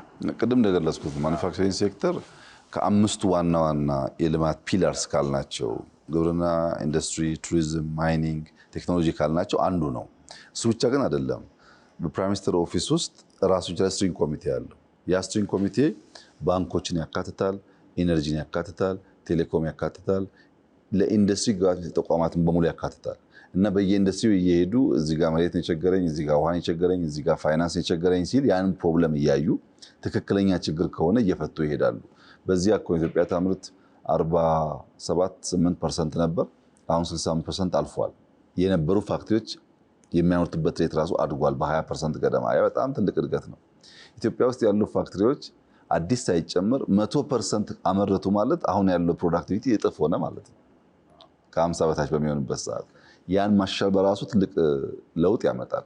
ይህንን ችግር የሚፈታ ኮሚቴ ስላለን በየቦታው እየሄዱ እየፈቱ ነው ያሉት። ግን ብዙ የሚቀረን ነገር ደግሞ አለ። ለምሳሌ ኤነርጂን በሚመለከት ይፈታንላቸው አለ፣ የሚቀር አለ። መሬት በሚመለከት ማስፋፋያ የሚፈልጉ አሉ፣ የተፈታላቸው የሚቀር አለ። ገንዘብ በሚመለከት ሁልጊዜም ዲማንድ ከሰፕላይ ስለሚበልጥ የገንዘብ ፍላጎት፣ የውጭ ምንዛሪ ፍላጎት ከፍተኛ ነው። በዛ ልክ አናቀርብም፣ ግን አሻሽለናል። ብድር ለዛ ሴክተር የሚሰጠው ተሻሽሏል እና በጥቃቅንና አነስተኛ ሌቭል ያሉ ምርቶች ለሎካል ማርኬት ብቻ ሳይሆን ለኤክስፖርት የሚውሉትም አድቫንስድ የሚባለውም ሃይቴክ የሚባለውም የማኒፋክቸሪንግ ስርዓት እየተለማመድን ስለሆነ በእያንዳንዱ ልምምድ ውስጥ ደግሞ ባሉ ችግሮች ከነሱ እየተማር እያሻሻልን ስንሄድ ብዙ ለውጥ የሚያመጣ ይመስለኛል። ግብርና ለብዙ ዓመታት የመሪነት ሚናውን ይዞ የሚቀጥል አይመስለኝም። ኢንዱስትሪ ሪፕሌስ ያደርገዋል በቅርቡ ብዬ ነው የማስበው። እሺ፣ ወደ ኮሪደር ልማት ልመልሶት እና እንግዲህ ያው የስራ ፈጠራንም እያወራን ስለሆነ አብዛኛውን ጊዜ የኮሪደር ልማት ሲነሳ ሁለት ተቃራኒ ሀሳቦች አሉ። አንደኛ ያው እንደዚህ አይነት ውብ የሆነ ከተማ ከመስራትም አንጻር አለ፣ ስራ ፈጠራም ደግሞ አለ፣ ትልቅ ጆብ ክሪኤሽንም አለ። እነዚህ ስራ ላይ ቅድም ያሉት የኢንጂነር ቁጥሮችም የኮንስትራክሽን ላይ ያሉ ኮንትራክተሮችንም አብቅቷል። ከዚህ ግን ደግሞ በተቃራኒ መንገዱ ስንመለከተው ፒያሳ ማንሳት ይችላል። የድሮ ሰፈሮችን አንስተን ስናይ ከዛ የተነሱት ጥቃቅንና አነስተኛ ንግድ የሚሰሩ ሰዎች ነበሩ። እነሱ ተፈናቅለዋል፣ ስራ አጥ ሆነዋል የሚል ነገር አለ። እስቲ በእርሱ አስተያየት እነዚህን ሁለት ተቃራኒ አስተያየቶች በምን ያስታርቃሉ? በመጀመሪያ ማንኛውም ልማት፣ ማንኛውም ስራ፣ ማንኛውም እርምጃ ፕሮብለም ፍሪ አይደለም። ምንም አይነት ዳውን ሳይድ የሌለው የተስተካከለ የሚባል ነገር የለም። አንድ የምንፈልገውን ነገር ለማሳካት የምናጣው ነገር ሊኖር ይችላል። የምናጣው ነገር ላይ ሳንጨክን የምንፈልገውን ነገር ማሳካት አንችልም። ይሄ በሁሉም መስክ መታመን አለበት። የአዲስ አበባን ኮሪደር ልማት በሚመለከት ግን ሱቆች፣ ቢዝነስ አይዲያዎችና ሴንተሮች አሁን ያለው የአዲስ አበባ ቢዝነስ ሱቆችና ሴንተሮች ቀድሞ ከነበረው ያንሳል የሚል አርጊውመንት ያለው ሰው ካለ ለመቀበል ይቸገራለሁ። በጣም በርካታ ሱቆች ተሰርተዋል። ለምሳሌ ከዚህ ሽሮ ሜዳ ስትሄድ ድሮ የምታውቀው ሱቅና አሁን የምታውቀው ሱቅ አንድ ነው። ሱቁ ግን ይለያያል። ሃይ ሌቭል የሚገነቡ ሞሎች አሉ። ሰዎችን ሰብሰብ አድርገን እንደ ሰንዴይ ማርኬት በሰንዴይ ማርኬት አፕሮችም በሰንዴይ ማርኬት አፕሮች ውጭ ደግሞ ልክ እንደ ትልቅ ሾፕ ሃይፐር ሞል ነገር የሚመስሉ ሽንኩርት ዕቃ የሚሸጥባቸው ሰፈሮችም አሉ። ለምሳሌ እንጦጦን ብቻ በወስድልህ ሱቅ የተሰራላቸው አሉ። በጋራ ደግሞ ሸማ የሚሸጡባቸው ቦታዎች አሉ። የሰሩትን ሸማዎች ቅዳሜና እሑድ እየመጡ ልክ እንደ ሰንዴይ ማርኬት የተገነባ አዳራሽ ውስጥ የሚሸጡ ሰዎች አሉ። አልነበረም ይሄ ድሮ አምርተው በመሃል ደላላ ወስዶ የሚሸጥላቸው። አሁን አምርተው ምርታቸውን ማርኬት ጋር መጥተው መሸጥ ይችላሉ። አርሶ አደሮች ልክ አቮካዶቻቸውን፣ ፓፓያዎቻቸውን ከተማ ሰንዴይ ማርኬትና መሸጫዎች እንደሚያመጡት ማለት ነው። ይሄ በጣም ብዙ እድልና ስራ ፈጥሯል። አልፎ አልፎ ከቦታ መነሳት ሪፐርፐስ ለሚደረግ ለምሳሌ ይሄ ቦታ መኖሪያ ከነበረ ሱቅ ሲሆን ወይም ሱቅ ከነበረ ፓርክ ሲሆን ሪፐርፐስ ሲደረግ የሚጎሳቆሉ ሰዎች ይኖራሉ፣ ቦታ የሚቀዩ ሰዎች ይኖራሉ። ኮሪደር እኮ ኮንፈርት የለውም። አሁን ለኔ እኮ ኮንፈርት የለውም። ቅድምም እያሉ ነበር። አሁን ኮሪደር ለምሳሌ ማታ እኔ ደክሞኝ መተኛት ሲገባኝ የግድ ዞሬ ማየት ያስገድደኛል። ምንም አይመቸኝም እኮ የሚመች ስራ አይደለም፣ ግን መቀየር ስላለበት ነው። የሚቀየረውን ነገር ለማምጣት እኔም ልሁን ከንቲባዋም ትሁን በየደረጃ ያሉ አመራሮች፣ ኢንጂነሮች መከራቸውን በልቶ ነው የሚያሳኩት። መንግስት ብቻ እኮ አይደለም፣ ኮንትራክተሮች አዲስ አበባ ላይ የሚሰራውን ኮሪደር ልማት የሚሳተፉ ኮንትራክተሮች ከሞላ ጎደል ሁሉም በጊዜው ክፍያ ያገኙም። ግብአት የለም ግን አምጣ ነው ውለድ ነው የሚባሉት እና ቀንና ማታ ይሰራሉ እነሱ። ይሄ ሁሉ ድካም ለትውልድ የተመቸ ሀገር ለመስራት ስለሆነ ዋጋ ሳንከፍል እንዲሁ ዝም ብሎ ሁላችን ሳንነካካ የሚያምር ነገር ደግሞ አይታሰብም። በዚህ መሃል የተጎዱ ሰዎች ካሉ እያየን መፍታት ያስፈልጋል። እኔ እስከማውቀው ድረስ ግን ከቦታ ስናነሳ ቤት ህጋዊ ሰው ከሆነ ቤት ያልገነባንለት ሱቅ ያልሰጠነው በጣም ደግሞ አቅመ ደካሞች ሲሆኑ በጋራ ቅድም እንዳልኩት አዳራሽ ሰርተን እንዲሰሩ ያደረግንበት በጣም ብዙ ምሳሌ ማንሳት ይችላሉ። አብዛኛው ነገር ይሄ ነው። አልፎ አልፎ ግን ሰዎች ነው የሚሰሩትና ሰዎች ሲሰሩ የሚያጠፉት የሚበድሉት የሚገፉት ደግሞ ካለ እያዩ የሚፈታ ጉዳይ ነው። ፐርፐዙ እሱ አይደለም። ፐርፐዙ ሰው ማፈናቀል መጉዳት አይደለም። ፐርፐዙ በፕላን ያማረ የሚሰራበት ሰስቴን ማድረግ የሚቻል ሲቲ መፍጠር ነው። ይሄ የሁላችን ሪስፖንሲቢሊቲ ነው። ለዚህ የሚደክም ይደክማል፣ ገንዘብ የሚያዋጣ ገንዘብ ያዋጣል፣ ከቦታው የሚነሳ ከቦታው ይነሳል። በድምር ደግሞ ሀገር ይሰራል ማለት ነው እና ፕሮብለም ፍሪ ነው ብዬ ባልመጻደቅም ሪፐርፐስ ከመደረጉ ውጭ ግን ዝም ብሎ ሰው እያነሱ የመጣል ነገር ብዙ ያለበት ስራ አይደለም። የሚከፈል ዋጋ ካለም ዝግጁ መሆን አለብን። አምሯል እያልክ ዋጋ ደግሞ አልከፍልም ማለት አይቻልም። ብዙዎች አቃቂር የሚያወጡ ሰዎች አዲስ አበባ ያልመጡ ናቸው። ባሉበት ቦታ ሆነው ስለኛ መፈናቀል፣ ስለኛ መቸገር፣ ስለኛ ሰላም ማጣት ይነግሩናል። ብዙዎቹ አልቋል ጊዜው በቃ አብቅቷል ምናምን ይላሉ። እመነኝ እያንዳንዱ ይቅርታ ጠይቆ ይመጣል። ነገ 2 ዓመት 3 ዓመት ይመለሳል። ኢትዮጵያ መበልጸጓ ማደጓ መጽናቷ አይቀርም። በጀመርነው መንገድ ግልጽ የሆነ እሳቤ ነው ያለን። ብዙ ልምድ አግኝተናል፣ ብዙ ወዳጅ አግኝተናል፣ ብዙ ነገር ገብቶናል። ትናንት ከሰራነው በብዙ እጥፍ ነው የምንሰራው። በዚህ ምክንያት የውስጡም የውጩም እያመነ የውስጡም የውጩም እጅ እየሰጠ ለካ እንደዚህ ነው አልገባኝም እያለ ይሰለፋል። እኛ ለዛ ጊዜ የለንም፣ ለዛ ጆሮም የለንም። ዓላማችን ኢትዮጵያ ብልጽጋ ተቀይራ ማሳየት ብቻ ነው። ያ የመጀመሪያው እርካታ ለራሳችን ነው። ከኛ ሲያልፍ ነው ወደ አንተ ይመጣውና በእንደዚህ አይነት ኖይዝ እንደዚህ ያለውን ታላቅ ጅማሮ ማደናቀፍ የሚቻል አይመስለኝም። ነገር ግን ልማት ነውና ግድብ ስንገድብ ሰዎች እንደሚፈናቀሉት ሁሉ ከተማም ስንሰራ ሰዎች ከቦታ ቦታ ቢቀያየሩ፣ እርሻ ለምሳሌ የግለሰብ የነበረውን እርሻ በክላስተር በምናደርግበት ሰዓት አላግባብ የገቡ ቤቶች ካሉ መንደሮች እነሱን አንስተን ወደ ዳር አውጥተን ሰፈሩን በሙሉ በዶዘር በትራክተር የምናርስ ከሆነ ቦታ ሊቀይሩ ይችላሉ። ድምር ውጤቱ ግን በሀገርም በቤተሰብም እድገት ነው የሚያመጣው እንጂ ውድቀት አያመጣም፣ በጊዜ ማለት ነው። ለዛ ዝግጁ መሆን ያስፈልጋል። አሜሪካ ያላችሁ አሜሪካኖች በገንዘብ በእውቀት ብቻ አይደለም በደምና በአጥንት ነው ሀገራቸውን የገነቡት። በደምና በአጥንት ያውም በእኛ አያቶች። አውሮፓ ያላችሁ ነው የምታደንቁ ሰዎች በደምና በአጥንት የተገነባው በዋዛ ፈዛዛ የሚገነባ ሀገር የለም። ኤዥያ ላይ የምናየው አሁን በብዙ ስቃይና ድካም ነው ሀገር የሚገነባው። እሱን ነው እኛ የምናደርገው። እሱን ስናሳካ የሚፈጠሩ ስህተቶች ካሉ ዋና ዓላማው ለሕዝብና ለሀገር ስለሆነ እናርቃለን፣ እናርማለን፣ እናሻሽላለን። ያው ተማሪዎች ስለሆን እናጠፋው ነገር ካለ ችግር የለውም፣ ክፍት ነው። ያን ለመማር ዝግጁ በሆነው ልክ ግን ካለምናት ስራ ካሰብናት ስራ ኢትዮጵያን ብልጽግና ከመውሰድ ለሰከንድ ደግሞ ይዘናጋል በሚያስብ ሰው ጊዜው ማባከን የለበትም። እኛ እያንዳንዷን ሰከንድ እና ደቂቃ የኢትዮጵያን ብልጽግና በሚያረጋግጡ ጉዳዮች ላይ ነው አተኩረን የምንሰራው። በዚህ ሂሳቤ ቢታይ ጥሩ ነው። ብዙዎች ተጠቅመዋል። የተጎዱ ጥቂቶች ደግሞ ካሉ እነሱም ይጠቀማሉ። ኢትዮጵያ ካደገች የማይጠቀም ሰው የለም። ለጊዜው ሊሆን ይችላል ችግሩ፣ በሎንግ ረን ሁላችን የሚጠቅመን ስለሆነ እሱን እያሰብን ብንሄድ መልካም ነው ብዬ ነው የማስበው። በጣም አመሰግናለሁ ክቡር ጠቅላይ ሚኒስትር። እንግዲህ ረጅም ሰዓት ጊዜዎትን ሰጥተውኝ እዚህ ውይይት አድርገናል። እንደ መጨረሻ ጥያቄም ጠቅላይ ለማድረግም ብዙ አንስተናል። ያወራነው ዲጂታል ቴክኖሎጂ፣ ጤና ላይ፣ መሰረተ ልማቶች ላይ ይሄ ሁሉ ስራ እየተሰራ ነው። እንግዲህ ይሄ ሁሉ ስራ የሚሰራው ምን አይነት ኢትዮጵያን ለሚቀጥለው ትውልድ ለማውረስ ነው የሚለውን የመጨረሻ ጥያቄ ልጠይቆት። ኢትዮጵያ ውብ ሀገር ናት። ኢትዮጵያ ጥንታዊት ታላቅ ሀገር ናት። ሲቪሊቲ ፈጠሩ ከሚባሉ ሀገራት ውስጥ አንዷ ናት። ለምሳሌ በአፍሪካ ውስጥ ብቸኛው የራሱ አልፋቤት ያለው ሀገር ኢትዮጵያ ነው። አሁን ሊቀልብህ ይችላል። ሀብቱ ሲመጣ ግን ትልቅ ታሪክ ነው። በአፍሪካ ውስጥ ብቸኛ ያልተገዛ ሀገር ነው። አሁን ሊቀልብህ ይችላል። ሀብቱ ሲመጣ ግን እንዴት ታላቅ ሀገር ነው የሚያስብል ነው። የሰው ልጅ መገኛ ቡናን ለዓለም የሰጠች ሀገር ናት። ቡናን የሚያክል ይሄ ሁሉ ቢሊየን ጠዋት የሚተረማመስበትን ነገር የፈጠረች እና የሰጠች ሀገር ናት ኢትዮጵያ። ተቀባይ ብቻ አይደለችም።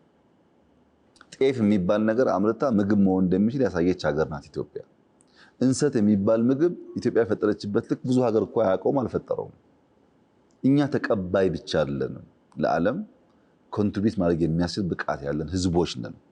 በአፍሪካ ውስጥ the second biggest population ያለው ኢትዮጵያ ውስጥ ነው። በዓለም 10ኛው ፖፑሌሽን ያለው ኢትዮጵያ ውስጥ ነው። ከ1 ሚሊዮን ስኩዌር ኪሎ ሜትር በላይ ነው ስፋታችን። ትልቅ ሀገር ነው። እዚህ ውስጥ ተፈጥሮ ሀብት አለ። እዚህ ውስጥ አስደማሚ ጭንቅላቶች አሉ። እዚህ ውስጥ ትንሽ ቢነካካና ቢሰራ ብዙ ነገር ሊሰብ የሚችል አቅም አለ።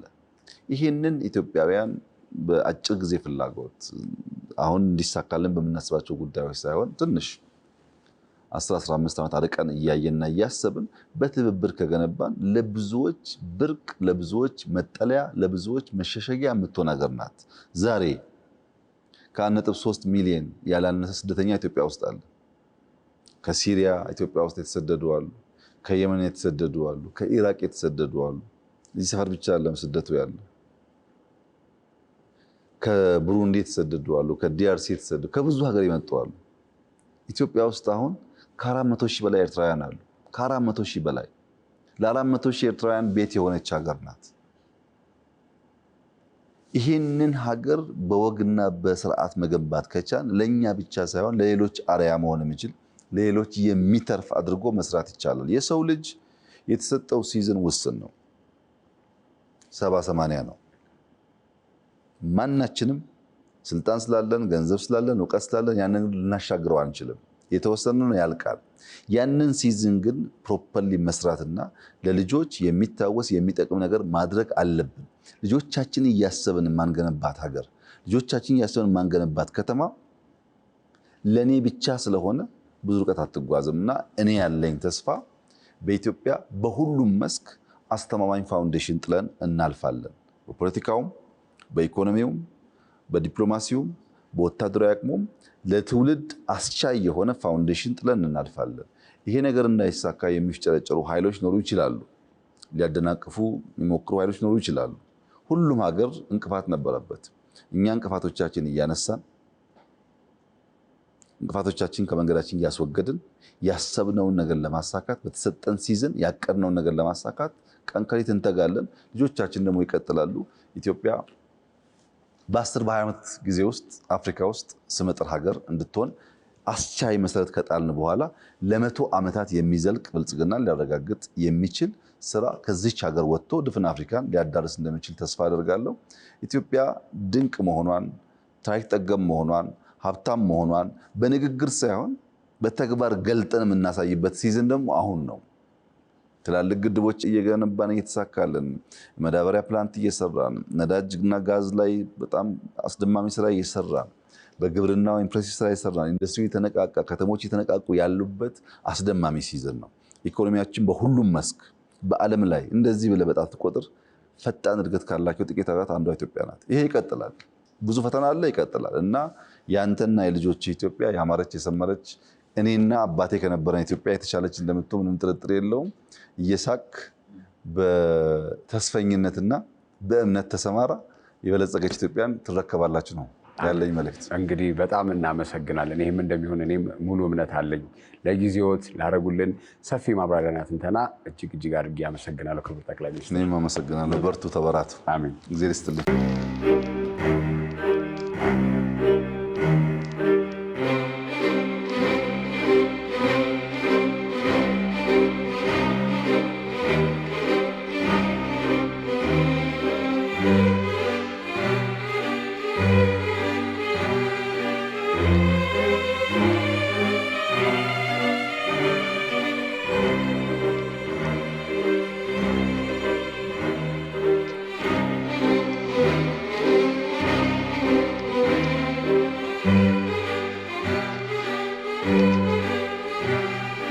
Thank you.